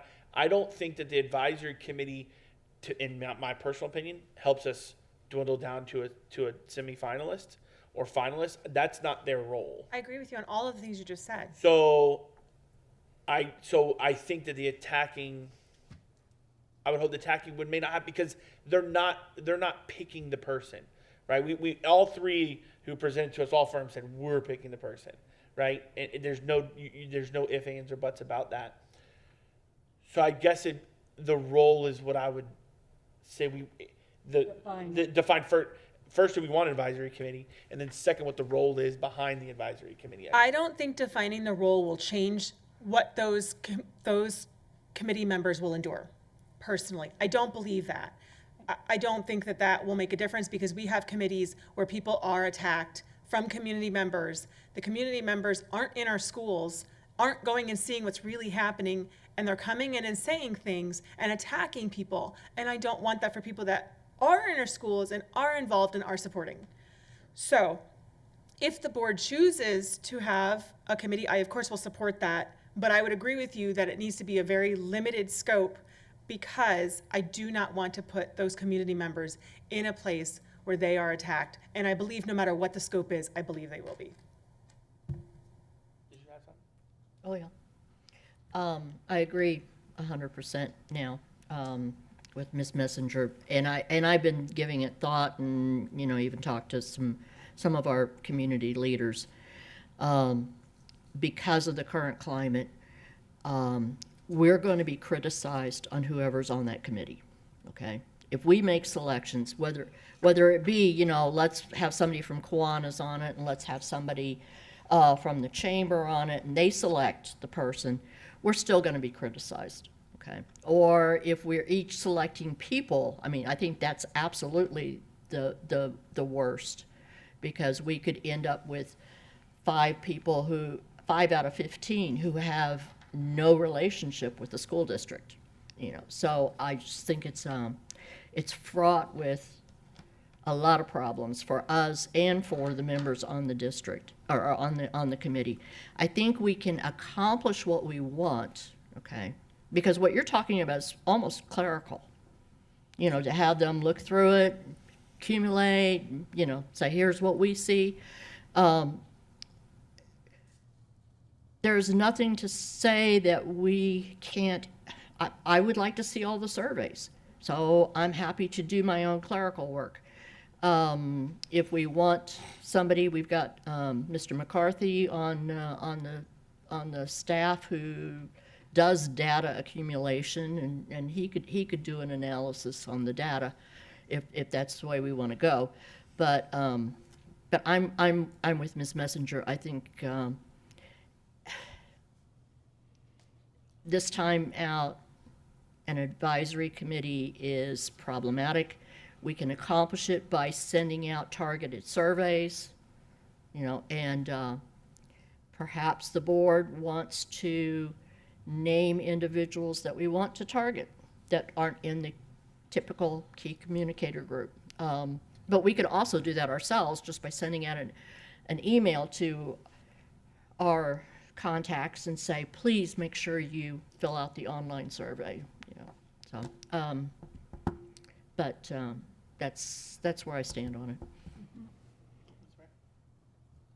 I think that when people in the community volunteer for any specific committee, advisory or whatever, that's a volunteer thing. If they choose to do that, they choose to do that. And I don't think that we should say, oh, we're not going to have an advisory committee because they're going to get attacked by everybody in the community. I think that this is a role that a lot of people want to have their voices heard. And to have maybe it doesn't need to be three people per board member, maybe 2 or even just 1, but I think that helps us to show community involvement, transparency in the process, and sends a message out there that we're in this together with you, and we appreciate your feedback, and we want your input, and having a committee to assist us in this, I think is a good thing. I don't think it's a thing that would, if somebody doesn't want to serve on it, they don't want to serve on it. If they're afraid of getting attacked on social media, don't look at your social media during the process. I don't know. I think it's a role that it's up to the person if we ask them. I think that, if somebody says, no, I don't want any part of that, then maybe we can reassess having an advisory committee and who we want on that. But I believe that we should leave that option up to the person that we actually ask, not just say, oh, we don't want to say we're not going to have an advisory committee because we want to protect you from being attacked. That is my personal view. I think that this should be a very open process with our community. I know we're going to have the forums and all of that, but this actually gives somebody, some real input from our leaders. We have a lot of good leaders that I think that would like to serve on this committee. I'm sorry, I didn't get the impression this was going to give any input. All they're doing is combining data, right? We have not discussed what the We role haven't is. discussed the role. But I thought My it was role to is- compile the survey results. That's not putting in any extra data. That's not letting them be heard in any other way. No, what I said was that my thought on the role would be that they are basically putting, whatever you could say, what would you say, data gathering, but basically pulling everything in and then them discussing what were the top results, etc., and then presenting that to us. I do not, that my envision of this committee is not to say, here board, out of the 20 applicants, here's 10. No. That's not my vision. But what I'm not saying it's yours, What I I'm don't saying is know. I don't think that gives any extra anything to those members. Well, I mean, they're going to look at the data me- like Mrs. Foreman said, and it's clerical. You're going to look at the data and go, oh, here, this one got 78% of agreement. That's obviously the top one. This one got 52% agreement. Right. Do you know what I'm saying? Let's go to Mr. Tatum and because I do want to talk about something that I just thought about as everybody was talking about. But Mr. Tatum, go ahead. The first question is, Mr. Dye, would this committee be under the sunshine laws? Yes. Okay. So that, number one, for me, that's problematic. 15 people covered by the sunshine laws who really don't understand the sunshine laws. That's number one. Number two is, whose responsibility is it to if we send out surveys, is it the consultant's responsibility? I was assuming maybe that would be part of what you would do if you would consolidate information and give that to us, or is that the school system's job, or is that part of your responsibilities, or? Right, we would work with IT to kind of consolidate it, and then, as most of you know, there'll be some factors that will rise to the top, and then there'll be kind of some mid-range factors. But it really is, in a sense of the word, just kind of compiling and getting your top group. But yes, we'll work to do that. And if should you have a committee with kind of this responsibility, then we would have them kind of work to finalize that, maybe provide the top information to submit to you. Of course, it'll be your final decision to identify the qualities, characteristics, and the qualifications, minimum and preferred, that you would want. Then what is your experience with these committees? Some of the concerns that have been brought up by us, are they valid concerns? Have you seen these things play out poorly? Some of the things that we're talking about, or I envision you get 15 members of the community together and there are 15 new people on, I don't know, what's your experience? I think school boards have drifted away from any advisory groups that kind of vet candidates, as we're saying this is not the role of this group. Orange County did have a similar group. They had a very specific roles and responsibilities that we covered with those persons. They were again kind of identifying the top qualities, characteristics, and also minimum qualifications for the position. Because a lot of your survey information will say, for example, we might prefer a candidate that has a doctorate degree. Now, if that's a minimum qualification, you're certainly going to reduce your field, potentially. If it's a preferred qualification, it's preferred, that's what it is. So that group did work a little bit to make a recommendation for qualifications on the job description as well. Okay. And that group, it was a good group. We really did not have any issues with that group under those roles and responsibilities. Okay. I'm done, yeah, thank you. As y'all were, like I said, to come back to a thought that I had as y'all were talking is we may be doing double the same. I don't want to double up anything, and I think that advisory committee and the targeted group committee is kind of the same thing. When we talked about having a target group of what was the word that Mr. Chapman you used? Key communicators. Key communicators, right? SAC chairs. Correct. Business leaders. So that's almost quasi Okay. the advisory committee. I don't want to double up anything. I don't want to ask people to do something that's already been done. So I think if we're going to target, as we talk that process, if we're going to target those key communicators, I think that is kind of our quasi advisory committee anyways, to be honest with you. And to Ms. Foreman's point, I think that you're right. We could pick our own. Like if we want to specifically know what this person feels like, we can have that survey that's maybe more robust of a survey instead of just the one that's online for them to do. We can target those specific ones to get their data, and we will know that data. So I now hearing the discussion, it just seems to me like we'd just be repeating a process that we really don't need to repeat if we're going to do a target key communicator group. Was there any value, so you said you didn't have any issues with the group in Orange County, but did you see a lot of value added for the time and effort and the administrative actions that would have to be taken for that group? Honestly, I think the group was appreciative to be involved, and there were some people that were very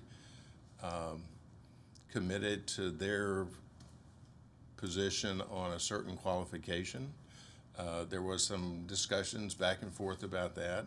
Certainly your instructional staff, your active administrative staff have some very strong views on what they want in the next superintendent. Again, that information will come from your survey, especially if you target a group. As the chair has said, you'll be able to determine some of those things. So it really, and I think it's a good point, sir, it really is potentially doing two functions to really get the same information. I tend to agree with that position. I mean, do we feel like we have a consensus on that? That if we do the targeted group, that that is basically the same function as advisory committee? Yeah, as long, I haven't heard anybody at least say the advisory committee wants their role to be like they're going to pick semifinalists and things like that. I don't think No. anybody has that. I didn't even think about the sunshine, so I'm glad you asked that. That's one of my big concerns is, Yeah. I don't know how you would operate, a group of 15 people trying to operate under the very strict sunshine laws that we have and accomplish this. That's just one big concern, but my position is after hearing the discussion, I'm not in favor of the advisory commission. That's just one of my big I concerns. agree. I think we'd be doubling up. So Okay. I think we're good. But I do want the board to have the access to target who we've got obviously our normal group that we believe that we always function with, the EDC, the ELC, chambers, things like that. But I would like for the board to have access to target individuals that we believe we'd want to ask, right? With that survey. Yeah, I think off the top of my head, and I'm not the most technologically advanced person, but off the top of my head, from doing surveys over the years, is I think we could do that through an access code. So that specific survey, as long as we get their email address. So say you said, I'd like to send Kevin Chapman that survey. So we'll get Kevin Chapman's email address, put that in the system, and then there's some sort of code. I'll send it back to you, and then you can send that to the person and say, hey, Mr. Chapman, here's the survey. Code is, Manatee 1. Yeah, And then they take it and, that kind of thing. So, because then you would actually know, here is Kevin Chapman's survey results. Right, correct. And then again, That's good. so then if you play it through once if someone gets that code, okay, but their email address wouldn't have given them access, right? Right. So the code can be, And then we'll be able to know exactly what that person who we targeted, what they thought. That's sure. Yeah. Yeah, and I would ask that our key communicators, that we also get a list of exactly who they are. So that we aren't duplicating or omitting someone. So, Is that the parent task force? Is that on that? Do you know? Yeah, parent task force is on that. There are some SAC chairs on that, but I'll just, come back with you all with all the lists and all the proper. Thank you. So we will not have an advisory committee, do targeted and online, okay, perfect. Is the board okay with an advertisement window of 30 to 35 days? I am, yeah. I think Okay, perfect, we'll go with that. Is that standard? Is it typical? It's what you Yes, sir. see in the And work? honestly, if you have active job seekers, well, first of all, every superintendent in Florida, probably every deputy superintendent, executive director, some of the smaller districts already know about the vacancy upcoming in Manatee County. That type of news spreads fast. Your active job seekers who are out of state looking to be a superintendent in Florida, they're going to be checking more than once every 30 days. Sometimes your passive job seekers, oh, I'm sorry, I missed that, I might have applied. So your active persons in Florida, people will know. and you'll be able to see who actually looked at that by click history on the site, saying, okay, 10 people from one specific state looked at a job posting. I don't know, again, I'm thinking that you'll be able to see that. Some of those venues may have that capability. We really haven't asked for that, but some of the venues may have that. I certainly can check and see. Okay, Okay. The reason I brought this up is I was thinking about your big timeline at the beginning of our briefing. And what I thought I heard you say was somewhere around the middle of May, we might have a final selection made. Is that? Yes. So then Ms. Saunders is scheduled her last day to be 30th of June, is my understanding, 1 July. So that only gives us 6 weeks. So two things. Number one is it's 6 weeks for somebody whoever the candidate that's selected is to make a complete change in their life. Like, you got 6 weeks to get here, or that's not much time for that person. And then the second thing is if for some reason it really ends up being the end of May or the beginning of June. That's really not enough time probably for somebody to transition. And then we have to ask Miss Saunders, hey, would you stay another month or two? And she's got her life plan. You know, she's got a big trip to the Grand Canyon in her RV or whatever. So every time, let's just make sure that we really try and stay on timelines. Every time we add a week or here and 10 days there, we start pushing that timeline back. And so even if we could do this for 21 days, I mean, that gives us another week on the back end if we need some time. Is 21 days a sufficient amount of time? Is that not enough? I mean, that's just I'm just throwing that out as I would say a good 4 weeks. okay, 30 days. You kind of jump below that. I'd really, even like I said, even though a lot of people know, I think And four's been good. And I think to Mr. Tatum's point, if there are times like, hey, I'm obviously you guys are the ones doing this stuff, but if we can fit it into the week is that town hall, because you kind of gave us like kind of brief, hey, maybe second or third week, etc. I created a timeline that I know I sent to you, Dr. Vogel. It's almost dead on. I mean, I had us hiring, right at the beginning of May. So I agree, though. I want to make sure that if we can get things done before, and if we as a board have to do a special meeting because we're not going to push it, we're going to have to. I do want to make sure. I mean, when you say that out loud, like 6 weeks, to decide, hey, you want to take this job. Right. I think, Mr. Chair, if we say 4 weeks to advertise, 30 days, that's good. And if the board be willing to maybe throw in one special workshop or one special meeting of the board outside of your normal schedule, that could immediately up it a week to 10 days. So I'll certainly keep that in mind as I go back home now and really get the details and work with district staff to contact those principals of the high schools, see what good days work for them to get the forums at their high schools as soon as possible, and then work also with staff to kind of get your focus group of employees as well. So I Just have a certainly. real quick question on Yes, that. ma'am. So it's a 30-day window. However, like week 1, you have 10 people that are solid applicants looking. Would we get that information, or do we have to wait for the whole 30 days to be closed and then we get No, the data? No, ma'am, just, let's say, I'm making up this date. We Right. advertise February 1st. Okay, It's too soon, but okay. If I get a complete application on February the 2nd, then I will take that application, which would consist of, and one of the next things I was going to talk about would be a cover letter, a current resume, 3 letters of reference, current letters of reference, not 25 letters of reference, but 3, and a copy of a college transcript reflecting your highest degree earned. When I receive that information, and usually it comes to me, as we mentioned last week, I would receive the applications in kind of a disorganized method sometimes. I'll take every application, put your cover letter first, your resume second, your 3 letters of recommendation next, and your transcripts last, and put that in one PDF file that you just open up and scroll and see the cover letter, the resume, the references. We'll see them as they come in. as they come in. As they That's- come in. yeah. What I would do, again, for kind of records, is probably send it to Amanda and ask her to forward it out to the board members. And then a day or two after she has sent it to y'all, because we want you to get the applications first, we then would post that to your search portal on your website. Oh, I see. Yes, ma'am. At what point do you do your initial vetting? Or, In some cases, it's along the way.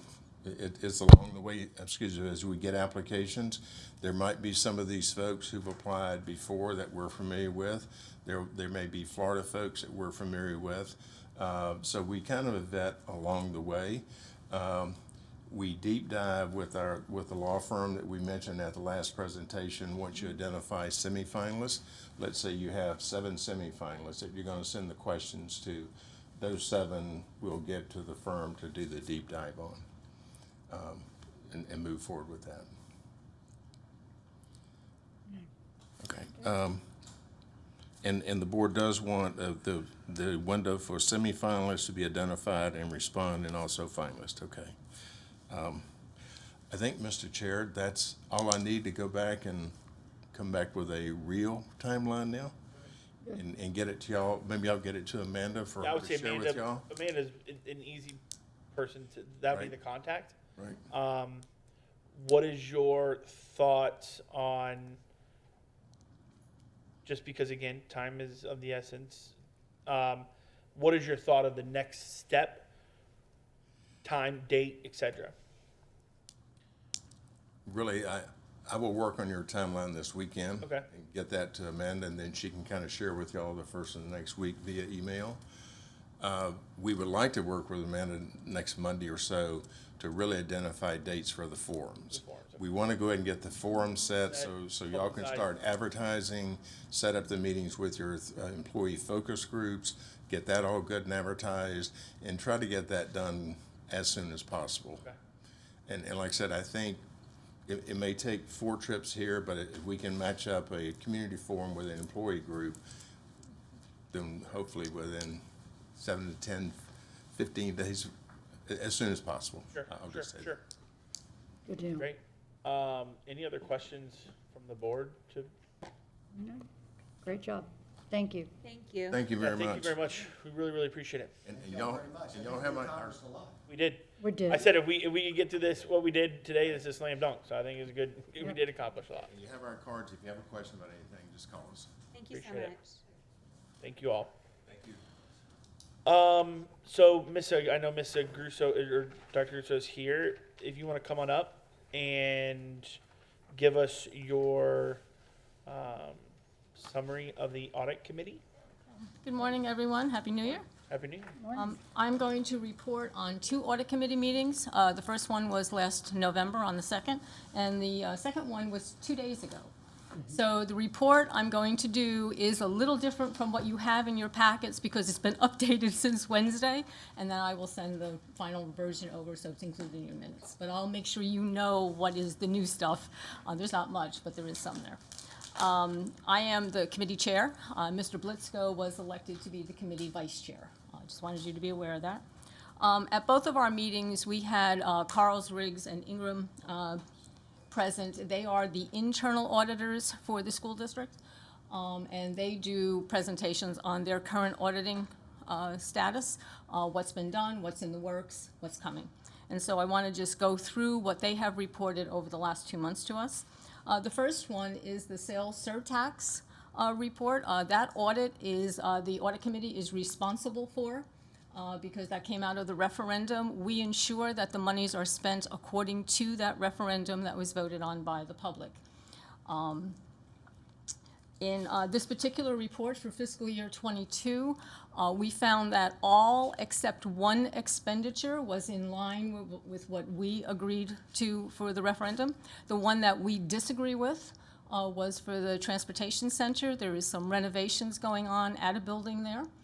No doubt important, will be a benefit to the staff and the bus drivers, but not something that should be coming out of the sales surtax. And so, in our opinion, that money needed to be put back into the sales surtax and used for another purpose. During our meeting, Mr. Barjon literally was emailing staff to have that done, and so we understand that that change has been made. And with that change, we are perfectly happy to recommend the sales surtax report to you. We are very pleased to see each year the district gets better and better, more efficient at administering it, that the paperwork and documentation is thorough, and so there's a really good process to make sure that the work the district needs is getting done, and it is being done according to what the taxpayers expected. And so that's a major improvement over things that have been done in the past. So we want to congratulate you for that work. Should we ask questions or let her do her thing? What would be best? Oh, I think you're about to go to the second thing, right? A different topic. Yeah, so you want to do it by topic? I can do Yeah, that, no that's problem. fine. That way we're fresh on it. Go ahead. It's gonna be a little noisy with my one hand here. Just so I can educate myself a little bit. So the sales tax, it's a 15-year tax, is It's it? 15 years, it's a half-penny sales tax, Okay, sales and surtax. do we know when it's up for renewal off the top of our heads? 2032, I believe. We just passed. Yeah. Passed in 2016. Yes. 2016, okay. Yeah, and it was, and we were charged with oversight because one of the criticisms when it was being renewed is that the money wasn't always, people weren't accounting for it. It wasn't spent wrong, it was just that it wasn't properly accounted for, and this process that the district has put in place has really worked. So if I wanted to go and read the text of the referendum or the ballot measure so that I know what it says, where could I guess I could Google it, or, I mean, do we have it on That record is somewhere? online, but it is also attached to the sales surtax report, which will be in your packet for your 24th meeting, because that will be on your agenda for you to accept. Okay. And you will see, it's an addendum we include in the report all the time. It's all of the resolutions that you passed related to it, that the board passed related to it, and there's a paragraph about this long, and when we do this, we literally go word by word through that and say, that's not exactly what it says, and we have at times had the district's lawyers come back and say, yeah, that's okay, or you're right, that should not be there. So we're very particular to make sure it adheres to what's in that paragraph. Okay, thank Okay. you. Thank you. All right, the next area is a document we call the exception tracker. When audits are done, there are findings, recommendations, sometimes just a comment. We want to make sure that they are addressed, that the school district has taken care of those. And so we've put together the spreadsheet, basically, that tells us what audited out there, how many findings or recommendations were there, and then what has been done. And we track that until the audit is completely finalized. And so for the exception tracker, in September, we had a personnel audit earlier, about a year ago, and there were 6 findings in that. It was some delay in addressing them because of staffing issues, which have now been addressed. But those 6 findings had not been finished as of September, and so we asked the auditor to go back and just double check that the 2 most important things to us were being done. Number 1, there was a tracking being done on whoever accessed a personnel file, because that's critical to know who saw it and who didn't, and that it's been properly secured. And then the second one was to make sure that, I just lost it. Evaluations? That staff evaluations were being done. That was the other question that had come up, and that was confirmed by the personnel department is also being done. And so that was confirmed for us in September. Since that time, there has been a post-audit review. That's when the auditor who has been tracking all of this says, okay, it looks like they've done everything. They've said they've done everything. We're going to go look again. And so we do a post-audit review to make sure it's been done. In this particular one for personnel, again, 6 findings, 3 of them have been completed, 3 of them are only partially completed. So we will continue to monitor that to make sure that there is progress to get those done. The good news is that as of January, there are only 5 audits that have been performed over the last few years that still have any work that needs to be done to address the findings. One of those, a couple of you will remember, is homeschool students. That was done many years ago. That is a long-term finding because they have to digitize all of the records. We expect that that should be done shortly, perhaps sometime this year. But that's one of those findings that we just track. I think we're on our 3rd year now, because some of these things are just going to take a long time to do. Others, like the ones for some audits are done like automatically. They're just like some of our audits, they're just finished very quickly and they're taken care of, and so that's what we do. The payroll overpayment, that's all complete, so that one comes off our tracker now. So instead of 6, we now have 5 left.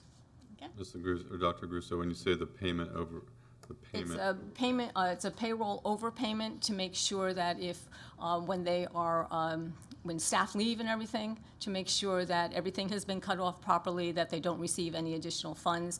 A system has been in place to track that, to make sure that nobody gets additional pay. One of the problems you could run into is if somebody leaves and somebody forgets to file in the system, this person's last day was today, and they get paid for tomorrow. So that was one of the issues that we were looking at, and those issues there's all electronic tracking now to make sure that that is not done. There's checks and double checks. and one of the issues I think that got us in trouble a number of years ago was somewhere in the personnel system where we were paying 2 people from the same, like, job position number or something like that, and that caused a lot. Is that an issue anymore? Or, I mean, I know it's not, I'm just I've wondering. not seen that as a finding in the most recent audit, so I would say to you, no. Okay, That is not an issue, but when we go back and do this at some point, we'll keep that in the record as, to double check and look at that. Okay, and when I hear the word audit as a layperson, that sounds like a financial term to me.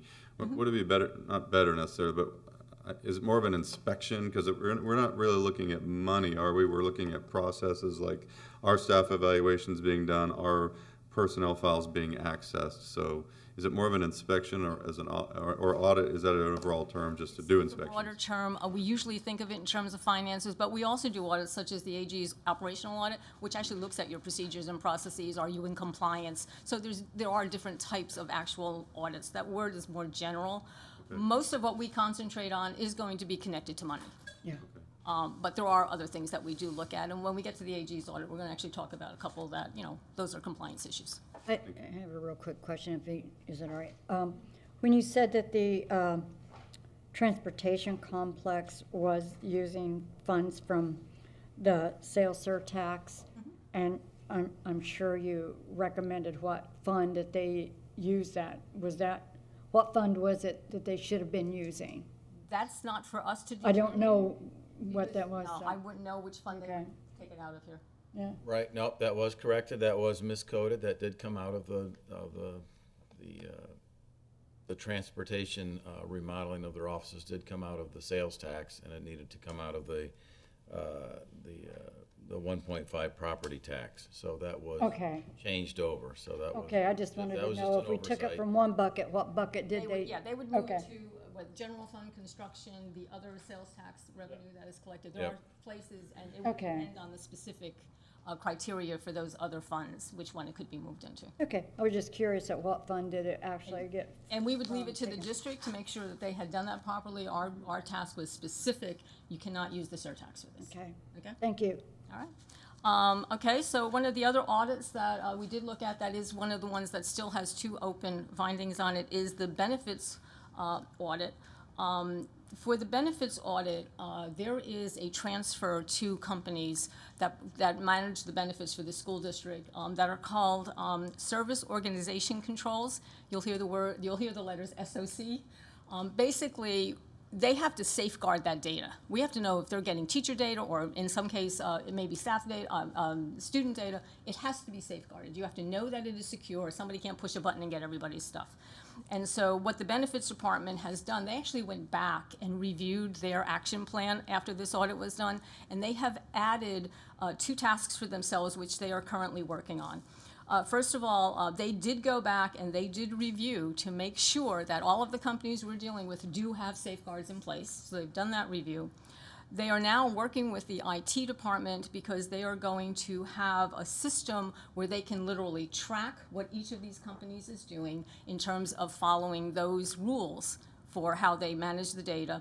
And they have established a procedure now. Anytime there is a new vendor or a renewal vendor, they will have to provide that SOC documentation so it can be reviewed before you're asked to approve their contract, or the superintendent with her $50,000 range allows a contract to go forward. So we think those are good controls that are being put in place. It's going to take a little bit because they have to do some programming and working to make sure everything works, but we expect that this will be done in the not too distant future, and those are just added controls that make sure that data is safeguarded. Yes, ma'am. And will there be a post-audit review on those? Yes, once they do that, we'll go back and do another post-audit review to make sure that that is in place. Exactly. We also want to extend our thanks and appreciation to Mr. Hansen. His name popped in at our meeting about how do we get some additional information about these SOCs. He responded within a few days of our meeting to the audit committee with answering our question, and then one of our members had emailed back and said, well, could you give me some more specific information? And he responded to her, and that response has now been shared with all of the audit committee. So we're very grateful to get that more detailed information. It's the kind of thing we wouldn't necessarily cover within our audit meeting, but it helps everybody get clarification in their understanding of what the SOCs are all about. The other piece that CRI was working on has to do with internal accounts, which will also feed right into Cherry Becker's internal account report. We talked about this the last time I did a presentation, which was September, October, somewhere way back then, that there are principal and bookkeeper changes throughout the school year. And best practice would suggest that we should be auditing their internal accounts. Now, the internal school accounts, those are cash accounts. You know, if the kids are going on a field trip, the teacher collects money for that, there's a bookkeeper or someone in the school who that money has to be given to, there's documentation for it, and that has to all be kept deposited in the bank within a couple of days. There's all procedures for this, and there's a manual that outlines what people should be doing here. And because it's a cash account, it's the kind of place that you could end up with money sitting in a safe, somebody forgets to make a deposit, and we want to make sure those things don't happen. So when a principal comes in or a new bookkeeper, it's good to have somebody go in, check that stuff, and make sure that everything is clear and clean and everything's right so that the new person coming in is assuming a clean set of procedures, not suddenly going to find themselves responsible because they found $1,000 sitting in a safe. And so those are the kind of audits we've done. We did 5 this fall. CRI worked with the finance department to identify the schools that are most at risk. We're looking at high-risk schools. They went in and they actually found procedures are very, very good. They had one school that had $400 sitting in the safe. That money has now been accounted for. It's been sitting there forever before the current principal. So that's been fixed, taken care of, and that's done. And then they observed some other practices that aren't wrong, they're just not the best practices. So for example, a second person had access to the safe in one school. It was unnecessary for that, so they took away that access. Someone else could get into the tracking system when you have field trip funds and things, and they're put into this system in the school. And a person had been able to get into that. It's called RevTrack. They don't need to do that, and so they removed that access. And so it's those kinds of things that just make it a little bit more perfect and a little bit cleaner for your operations. But overall, we're finding that because the district has put in some stricter procedures, they're doing more training, we are finding that things are working better in the schools. And having these audits done, because we did several of them last year, seems to be sending a good message to the schools that, hey, somebody could be checking, so do what you're supposed to do. And they're responding, and they're doing what they should be doing. So, but we'll keep at it. If there's any changes, there's still money in the budget to go in later in the school year if there is a change of a bookkeeper or a principal to make sure that it's done. And those, I'm sorry? Yeah. Are you going to go on to the next topic then? Oh, no, I'll answer a question on this one if you have. Yeah, that's what, just so we don't move on too quickly. How do we identify high-risk schools? What does that mean, or what's the criteria for that? There's a couple of ways. Generally speaking, high schools fall into a high-risk category because they deal with hundreds of thousands of dollars in cash because of sports and all the other activities going on. You would expect that. And some have absolutely perfect procedures, and some others have more struggle. Each year, the financial auditor, which in this year is Cherry Beckert, they go in and they do an analysis of all the internal accounts at every single school. And they're required to do this by law. And so they'll go in and they'll pull some samples of transactions, they'll look at some of the documentation, but they do that for every single school. And when their report comes out, you'll be able to see that in their sampling, did one school suddenly have 100 errors that were made last year? That tells you you've got a high-risk school. If you see, there's also a staff person here in the district who oversees the internal accounts for the finance department, and that individual is monitoring what the schools are doing. And if they're seeing bank deposits aren't being made on time, or they're not getting enough reports, or the money seems to be off compared to what it was last year, or if they're talking to the bookkeeper and it suddenly realized this bookkeeper doesn't know what they're doing, needs more training, they're on top of that. And so they may say to the auditor, we think we have a problem here, could you go in and look and make sure? Okay. Did I see a report maybe a month or so ago? Wasn't there an internal audits report that identified some schools that had some issues? That's the one from Cherry Beckert, exactly. Yeah, it came out in the fall. Okay. And I'm going to talk about it right now. We're going to talk about it right now? Okay, You are right. You are right. They do this annually. They go in, they look at every single school. And for the district as a whole, they found 81 instances where procedures had not been followed. Now, that number on its face sounds awful. That's across every single school. Transaction, yeah. And there is one school that actually accounted for nearly 20% of those errors. And we did not ask CRI to go in and audit this school because the staff knew there was a problem. They went in, they did extra training. It was a new staff member at the school was struggling with this. Went in, they did the training, they got it fixed, and so now things are working well, and we will follow up to make sure that that school doesn't fall back. And so that was one case. There were a couple of others that had 4 or 5. Most schools, a little bit less than half the schools had no problems at all, and most of the schools that had a problem identified, it was 1 or 2. If you think about this, teachers are collecting for field trips, for activities, the sports.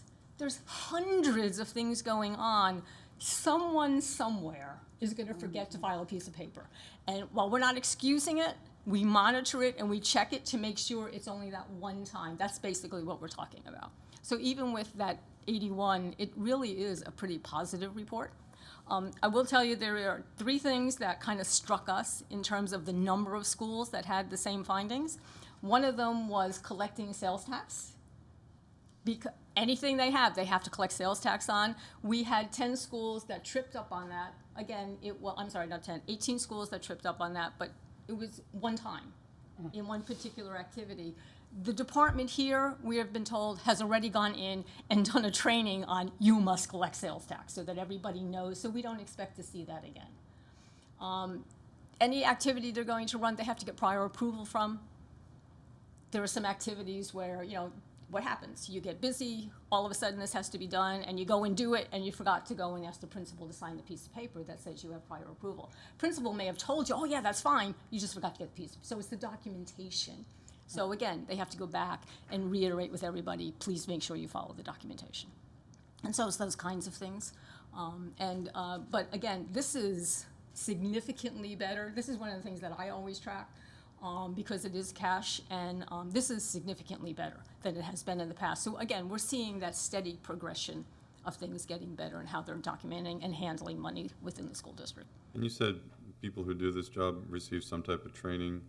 Mm-hmm. Do they get, it just seems to me you're asking them to almost perform like a minor accountant function without, hopefully they're certified, and I don't know what certified means, but putting that burden upon them to be kind of a professional accountant without giving them the whatever appropriate training they might need.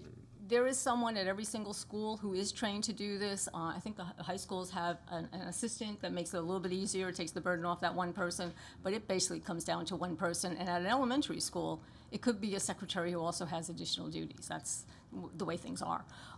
But again, it's just the training and the going over it and monitoring it throughout the school year that prevents the problems or catches them early. The other thing that I will say to you, this is reported in the audit report, but it's not actually part of an audit. They report the amount of funds that the school districts are collecting. So what was their balance at the beginning of the year? What did they collect? What did they spend? And what do they have at the end of the year? And one of the things the audit committee has raised concern about in the past is that some of these schools were carrying nearly $1 million, almost like a fund balance. And we're like, no, this has to come down. And so I am happy to report today that those numbers have come down. They are much more reasonable. Schools do have to have startup funds in the beginning of the year. The football team's got things to do the first day of school. They can't be doing fundraisers. So you have to have some startup funds. But we are pleased to see that those numbers have come down and that they are being more reasonable. In a couple of cases, you will see a school that seems to be carrying a little bit more than others. That's because they've made a decision that they have a special project. And so over the next 2 or 3 years, that's their goal, is to keep adding to that fund until they get enough money, and then they can go do that special project. So we see that especially at elementary schools, because they bring in so much less money than some of the high schools. Do they have bank accounts? Each school has like Yes. their own bank account, so it's basically a cash bank account? There is a bank account in which they deposit their funds, yes, and they have rules about when they have to be deposited and how that is done, and there's an accounting done, there's the documentation at the school, but there's also an accounting here at district office for monitoring that But fund. they are at Sun Bank or Wells Fargo or Bank of America or OZK Bank, or that's what I'm asking. Do they have individual accounts at banks, or? They're individually coded accounts, but it goes through a school district account. The school doesn't have its own, like, they can't go in and just access it. There's procedures they have to follow to pull money out of it. Okay. It's not like that, it's not like the teacher can walk over to Bank of America and put money in and then take money out. That doesn't work that way. How do they through know the school district. what their balance, I mean, how do they track their, they have a system to track their balances, or some Excel spreadsheet Yes, they or do. something? There's a system for them so they can track their balances, know exactly how much is there, and there are controls here to make sure they don't overspend it. Okay. Okay, and I don't have lots of direct information about the bank accounting and everything. Certainly, the school district could answer any of those questions for you. I wouldn't want to get If I too could- much into. If I could just say, and when you say findings, it could be even just a minor 2-cent error of a deposit Yes. type thing. Yeah. Yeah. It could be, yeah, so we have to, Yeah. what you'll see in the report, when you see the report, you're gonna have this also in your, Packet. 24 packet. You're gonna see for each school, exactly what the error was. Okay. It's all written out there, and you will also see the school's response. Because this district has set up a procedure where they must respond as, in a management letter saying, this is how we are addressing it. Okay. So you will have all of that So information. that, it's gonna be like, this is the dollar side that we have found or whatever, and this is the policy that they didn't follow. Exactly. Kind of separate from, okay, that It tells helps. them exactly what policy and procedure they didn't follow. Okay, because I did attend your audit committee meeting, and it was very knowledgeable to have that, okay, I see how this actually works now. So it was very informative for me to be there and see that. So, but again, continue. It was good learning for me. Okay. And so that's the Cherry Becker. Cherry Becker did have one district-wide finding, and that has to do with, there is an internal accounts purchasing cards guide, and this came out of some audit work that had been done many, many years ago. It had not been updated with your latest policies and the procedures that are required. That work's been done. And again, I want you to know, one of the positive changes we have seen in the past, there would be a finding in an audit report, and it would never be addressed. And we'd come here over and over again and say, this hasn't been done, this hasn't been done. What we're seeing now is, because again, the procedures and controls are in place, they're getting done, in many cases, almost instantly, or at least there is a good accounting for why it hasn't been done. So we're, again, progress. This has been going on for 10 years, and I've been on the committee now for 7, and it's just, the progress we're seeing is very positive. And we expect it to continue, so. The other 2 audits I will share with you, the other 2 pieces of information, have to do with the Auditor General. Every 3 years, the Auditor General comes in and does the financial audit, and they do an operational audit. They were here last year, and they reported on the operational audit in the fall, and we had discussed this at our meeting. There were 3 findings. Again, we are told that they have been addressed. The district has procedures it must follow. It has to report to the Auditor General within 6 months, and I believe that deadline is this March, that these 3 things have been addressed. They have shared with the audit committee that they were, and so it is important that the district provide evidence to the Auditor General that the findings have been fixed. In the past, the audit committee has recommended that, or the audit committee has been asked to work with CRI to have a post-audit review done to verify that that work has been done. In the case of 2 of the findings, one had to do with some budget documents that weren't posted, and you can go online and see them, so you don't need to do a post-audit review other than open up the website. Another one has also been addressed, and you actually spent a great deal of time on Tuesday talking about funding to do mental health training.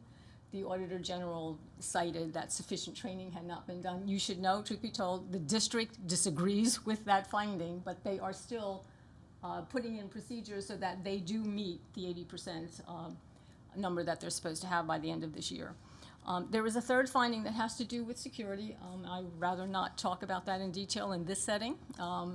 You know about it, and you should be talking about it, I would think, in your private meeting, in your shade meeting. But we would suggest that there needs to be a post-audit review. The audit committee had originally, this is back in November, suggested it be done now to verify it for March. We don't meet again until March. But the district has confirmed that it's been done. You can verify with the district that that is true, but we do believe over the next 2 or 3 years, there should be some multiple checks to make sure that particular finding is not repeated. It is the 2nd time it's come up. You do not want it to come a third time, but it also is important for the district to follow those procedures. Again, if somebody makes a mistake in the Auditor General documents it, you don't want that to happen again.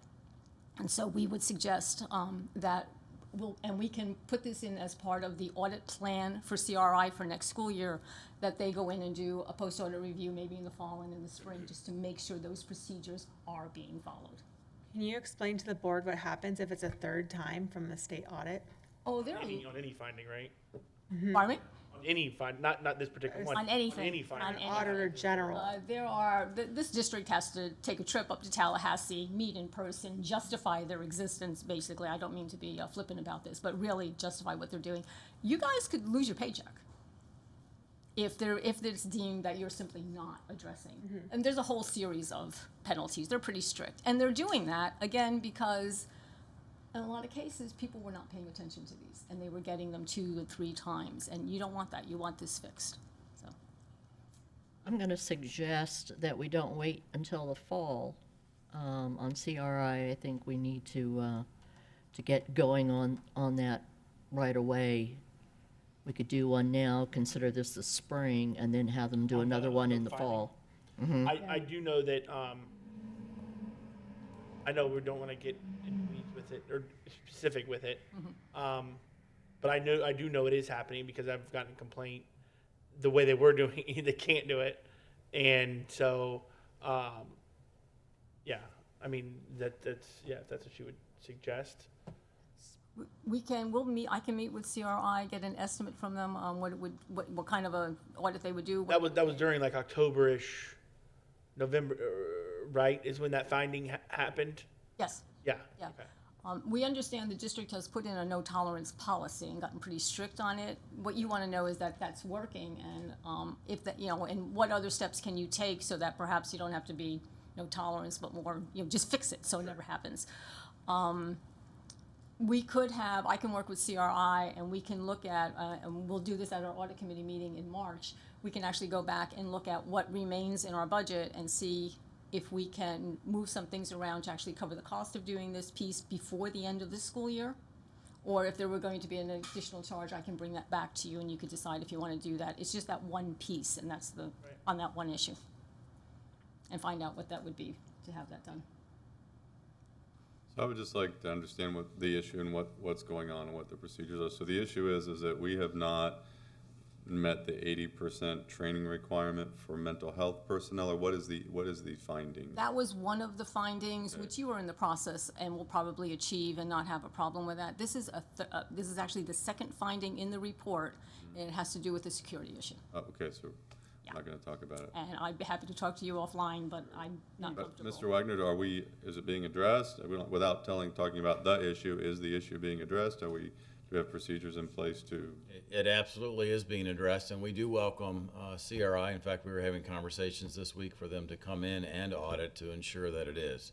And when Mr. Choate said he's had complaints, it's from where we've locked it down so tight that people who participated in our school system last year are now saying, well, why can't we do it this way this year? Well, we're not. It's a zero tolerance. This is the rule. We're all following it. And so for us, we think we're at 100% in compliance. So we do want them to come in and audit us. And I appreciate the schools, the zero tolerance is a tough way to deal with this. If that's what it takes, that's what it takes. I don't want to go up to Tallahassee. So, okay, I have one more, one more audit. But yeah, we'll get that information for you. The last one is the Auditor General's audit of the financial statements. They come in every 3 years. So you have a contract with Cherry Becker. That is a 5-year contract, but it is understood that one of those years, they will not do the financial audit because the Auditor General does it instead. And they were here last school year and through the fall. They issued their report already, and congratulations. There are no findings. There are no comments. It was a very good audit. And again, you guys, the staff, the district really needs to be congratulated because they have done this. This is the first time in 7 years I've seen one with absolutely nothing on it. So that was pretty good. Staff's back there. Thank you all very much. Done good, guys. Thank you. So we were pleased with that, but in reading the audit report, the committee came up with 3 observations. These are not things that we would bring to you as recommendations or anything, but they're just things we saw that we thought you should be aware of. The first one has to do with communication. The Auditor General does things differently from a firm that you contract with, like Cherry Becker. And a lot of it tends to be discussion, oral talking, as opposed to written documentation. So I have talked with Ms. Foreman. We were a little bit concerned that there was very little communication with the audit committee, and more importantly, with the board about this particular audit. And so we're going to look at some ways to make sure that you're getting any communication that is coming from the Auditor General throughout the process, you're getting it, and the audit committee is getting it, that things that are sent to not one board member or not just the chair, but that you actually are apprised of what that is. And on my end, I will do the same thing with the audit committee. So we're going to make sure we improve that communication. We're going to develop, from my end, I want to develop and work with Ms. Foreman some procedures to put into. We have a little procedure manual we follow. This is how we do things so that we remember from year to year rather than trying to, what's in Agruso's brain as opposed to the person who came before.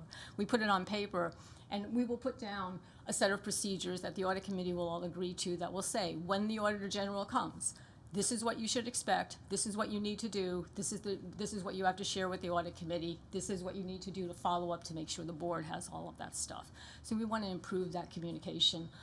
For this audit, things were good, so it's not as troubling, but if there had been a problem and you had not been apprised of it really early on, that could be a difficult thing. We want to avoid that in the process. Yeah, I just want to let the board know, yeah, I was very concerned when the discussion that was in the audit committee, I was not aware of a certain thing. So in a few weeks, we're going to have, one of the items on our workshop is some policies. And I would like to bring to the board, we'll work together, I'll work with Dr. Agruso on a policy that requires certain communication with the board after and during the AG audit. Now, it won't come up for 3 years, but let's get it in the policy manual, so. I have a question. Having been chair when we had that and sitting in the room, and I think there was an audit committee member sitting in the room when we had that briefing with the Auditor General's team,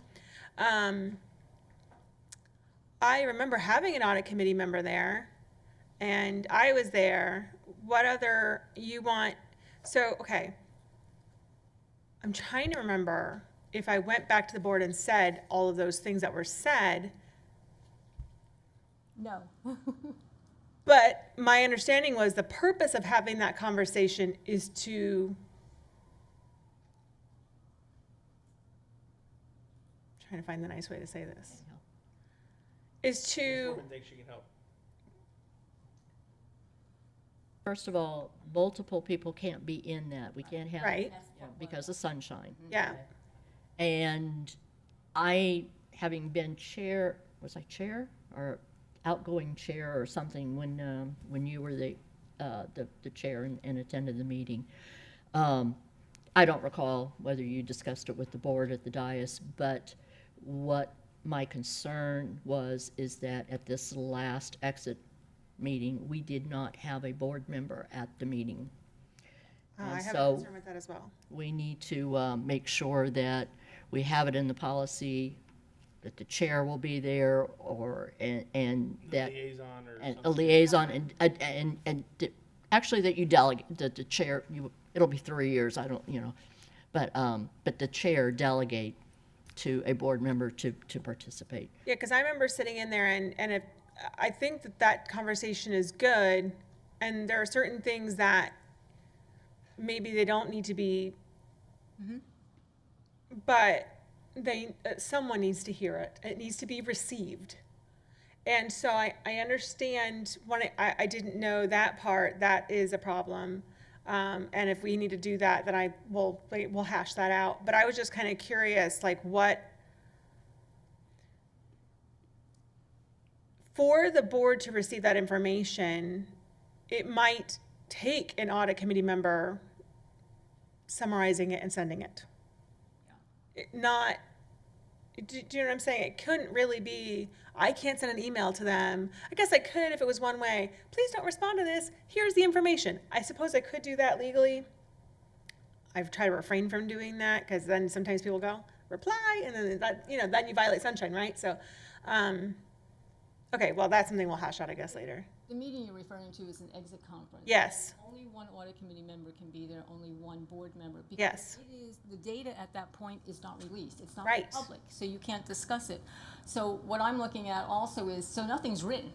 Right. So, and one of the things that we talked about is, okay, so if we're gonna do this, then there are certain questions we should be asking. So for example, one of the things that we talked about is the Auditor General will say to the staff, observations. They'll say, this isn't part of the audit, we're not gonna write this up, Right. but you should be doing this, this, and this. Yes. And so one of the things that I wanna make sure is in our procedures is, at that meeting, make sure you ask, what are those observations? Because I thought we would get a document that shared those, and the answer is no, they just go to the school district, and yet you, as well as the audit committee, should be aware of those. And so that's one of the procedures I want to put in place. Okay. In terms of sharing things, you cannot at that point. No. And then when we did it the last time, there was I think more, because of the timeliness, the audit committee had it came out in March, and the audit committee had a very thorough conversation about it, which was then presented to you. This thing was released in December. So we have to get back on a schedule of, and this is on me, this is something I have to do, is take responsibility for. Okay, in the next one, step by step, what are the things that need to be reported in detail to the board? Listen carefully at this meeting, write these notes down so that you have it. And so I'm suggesting that we just develop a series of procedures that will put a little bit more responsibility on whoever's the audit chair at that time to make sure we're getting this information. And same on the board, is whoever's sitting there on the board, keep that documentation so that when this is publicly discussed, Right. you can share that conversation. Well, and that's what I'm sitting here trying to say, like, the whole, like, all of that isn't out, and so then that's hard, I think that's why, like, it's hard to know, like, when do you, but I see the value of having each party there, so, And so I think that's what we want to work on. There's other things, in the past, there were letters of engagement and things that we would automatically get a copy of, and I haven't seen any of those. And I take that back. I wasn't chair at the time this started, so maybe they were there. I haven't seen them. And so we want to make sure that we're asking for those. So in 3 years, whoever is on the audit committee should be saying, okay, Auditor General's coming, talk to whoever's in finance and say, make sure that those letters of engagement, whatever you're receiving, is shared. Talk to Amanda, make sure that's shared with the audit committee. Make sure it goes to all the board members, because you're the governance, and you should be getting it. So it's more of that communication going on. thank you. Okay, all right. There are two other observations that we did make. One, of course, was about health insurance. And I know you had a long workshop on this, because we're looking at the numbers in the charts. The Auditor General's report is over 200 pages long. Some of us read every page and look at all of those. And up in the early section, it talks about the self-insurance and the costs of that. And so a concern was raised. We know that you are aware of it, but we just wanted to reiterate, we do know that you're working on it, and that some more work has to be done on that to make sure there's sufficient funding for it. Can we stop there real quick, just for a second? So, Mr. Wagner, what are we doing to work on it? I mean, we talked about it, but I don't recall leaving that meeting saying, okay, here's how we're making sure that, because if I remember the chart, the lines are going like this, like the balance and the expenses. So I do remember you mentioned something about getting a new pharmacy to help us with some expensive medicines, but what actions are we taking to make sure that those lines are going in the right direction now? Right, a couple things. So we had talked about, to your point, the pharmacy. So we're talking about specialty drugs. We're changing the way that we distribute specialty drugs to our members, that they have to go through an additional step, but that helps us reduce the spend for the health insurance plan for specialty drugs. And so it's $6+ million a year that would go back into our fund if this idea is successful, and we think it will be, and that's why we're implementing it.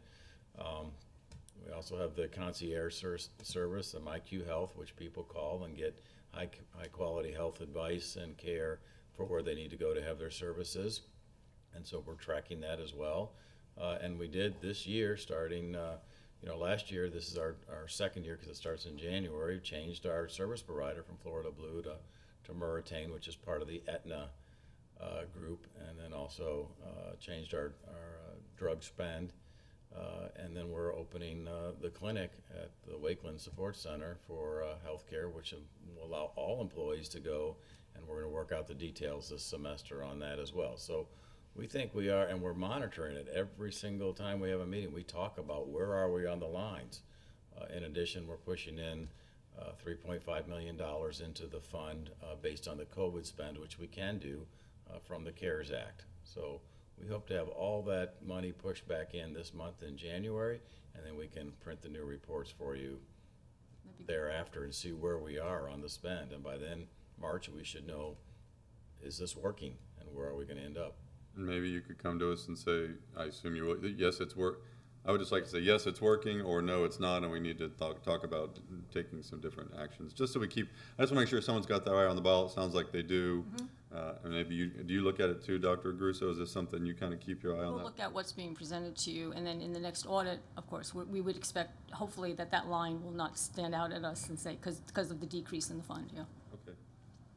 Also, we need to have our eye on the ball. We're supposed to be getting monthly the Aon report, which will tell us what's going on and what their observations, and then it's also in our financial statement every month. Okay. You know, there's a separate thing. So we need to be aware of it and be keep track of it. Is it easily readable, though, for someone who's not an accountant to figure out this, different accounts and their parentheses around numbers, and that's a negative balance? That's what I'm asking. Yes, and in fact, you did. You asked the question about the financial statement at the last meeting. Okay. Specifically that, Yeah, you found the. yeah, you saw it. So All right, so even an old Air Force pilot like me can figure it even you can do it, yeah. out. Okay, that's good then. All right, thanks. The last observation from the Auditor General's report is there's a section there that deals with charter schools and their amount of funding and everything. In the past, the Audit Committee has requested the charter school audits. Every one of them has to be audited, and we have reviewed them and then provided summary information to you so that you're aware of what is happening within those schools. And we have made that request so that we can discuss this at our March meeting. I warned the committee there are a lot of them, but I think it's an important step that we have been taking to help you because you don't get a whole lot of information about that, and I think that would be appropriate. And my very last. Real quick, I seem to be Mr. Commenter today. I'm sorry about that, but when you brought up the charter schools, I had this idea. Well, just throw it out that because of past charter schools that have had financial difficulties, and one in particular we all kind of know of. If we're going to have a charter school, do they ever do internal audits? Are they required to do internal audits like every semester or something like that to see how their finances are going? And if not, would it be a good idea to, if we approve a charter for a charter school, to actually require that to be part of their plan, so to speak, that we approve? Like you need to do an internal audit every semester to make sure that your finances don't get out of control. But what are your thoughts on that? I do know they are required to have an end-of-year financial audit, and that's all I know in terms of those requirements. Okay. So there is someone at the district who's in charge of charter schools. There is someone here who could answer those questions. I wouldn't know that. Great, thank you. And the last thing is we want to thank Mr. Dye. He did come to our committee because we have a few new members and talk about the Sunshine Law and how it applies to us, because the Audit Committee is subject to the Sunshine Law also, and we just need to make sure that our members understand what they can and cannot do, because we vote in the Sunshine. Everything we do, any recommendation we bring to you is all done right there so anybody can see it. Our meetings are recorded. They can go up online and listen to them, and of course we have our own minutes and everything else. That concludes my report. Our next meeting is March 1st. You're welcome to attend. If you have any other questions, I'll be happy to. I see it is exactly noon. I have one more question. Hopefully it's quick. Just someone could educate me, maybe Mrs. Foreman, maybe you. Internal and external audits. What exactly is the difference between internal auditors and internal audits and external audits?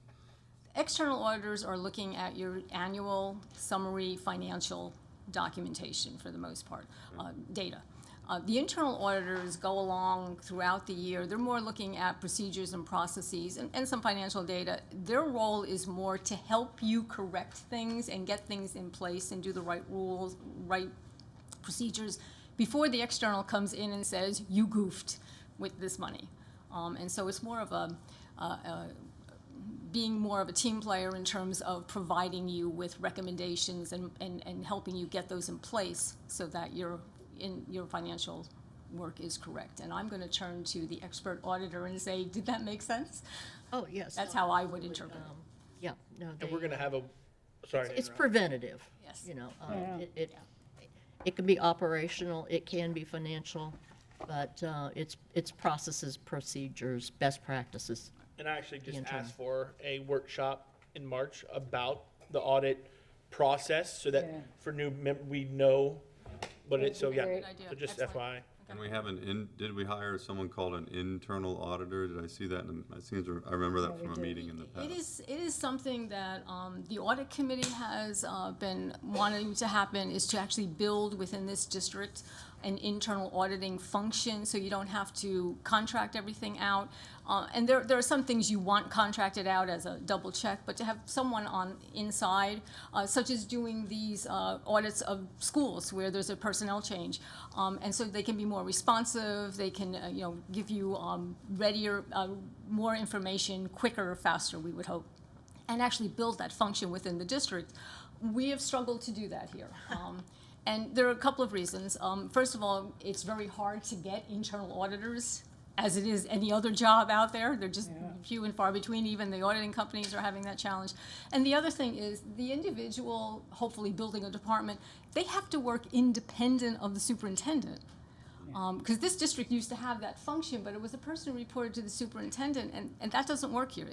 This has to be someone who is very comfortable in their own skin saying, these are the procedures, this is what we do, and the superintendent doesn't tell me this is the answer I want. And it's a whole different atmosphere. It's not only hard for the individual, it's hard for the district if you're not accustomed to having people on staff who report to the board instead of reporting to the superintendent. And that's hard, it's just hard. Do we have one, did we create, it seemed like I remember creating a job position. Did we actually hire one person? We had one twice, and it just did not work out. Did not work. And so and I know the board, before a couple of you came on, decided, let's take a breather. I know the audit committee wants to discuss this again in March, and I will share with them, this is what the board had said, is there a way to design this so it would work? But it's, I think it's a great idea, and yet I'm standing here thinking to myself, not now. Okay. Not now. Thanks for continuing Okay. to serve, by the way. Thank you. Have a Thank great you one. very much. Great report, thank you. Well, that was a good meeting. I'm glad we got Yeah. timeline rolling, stuff like that with the superintendent, so I'm excited. Have a good weekend. With that, Don't forget the fair. Don't forget the fair. Absolutely, get your free parking pass. Yeah, I just see that. I was there last night.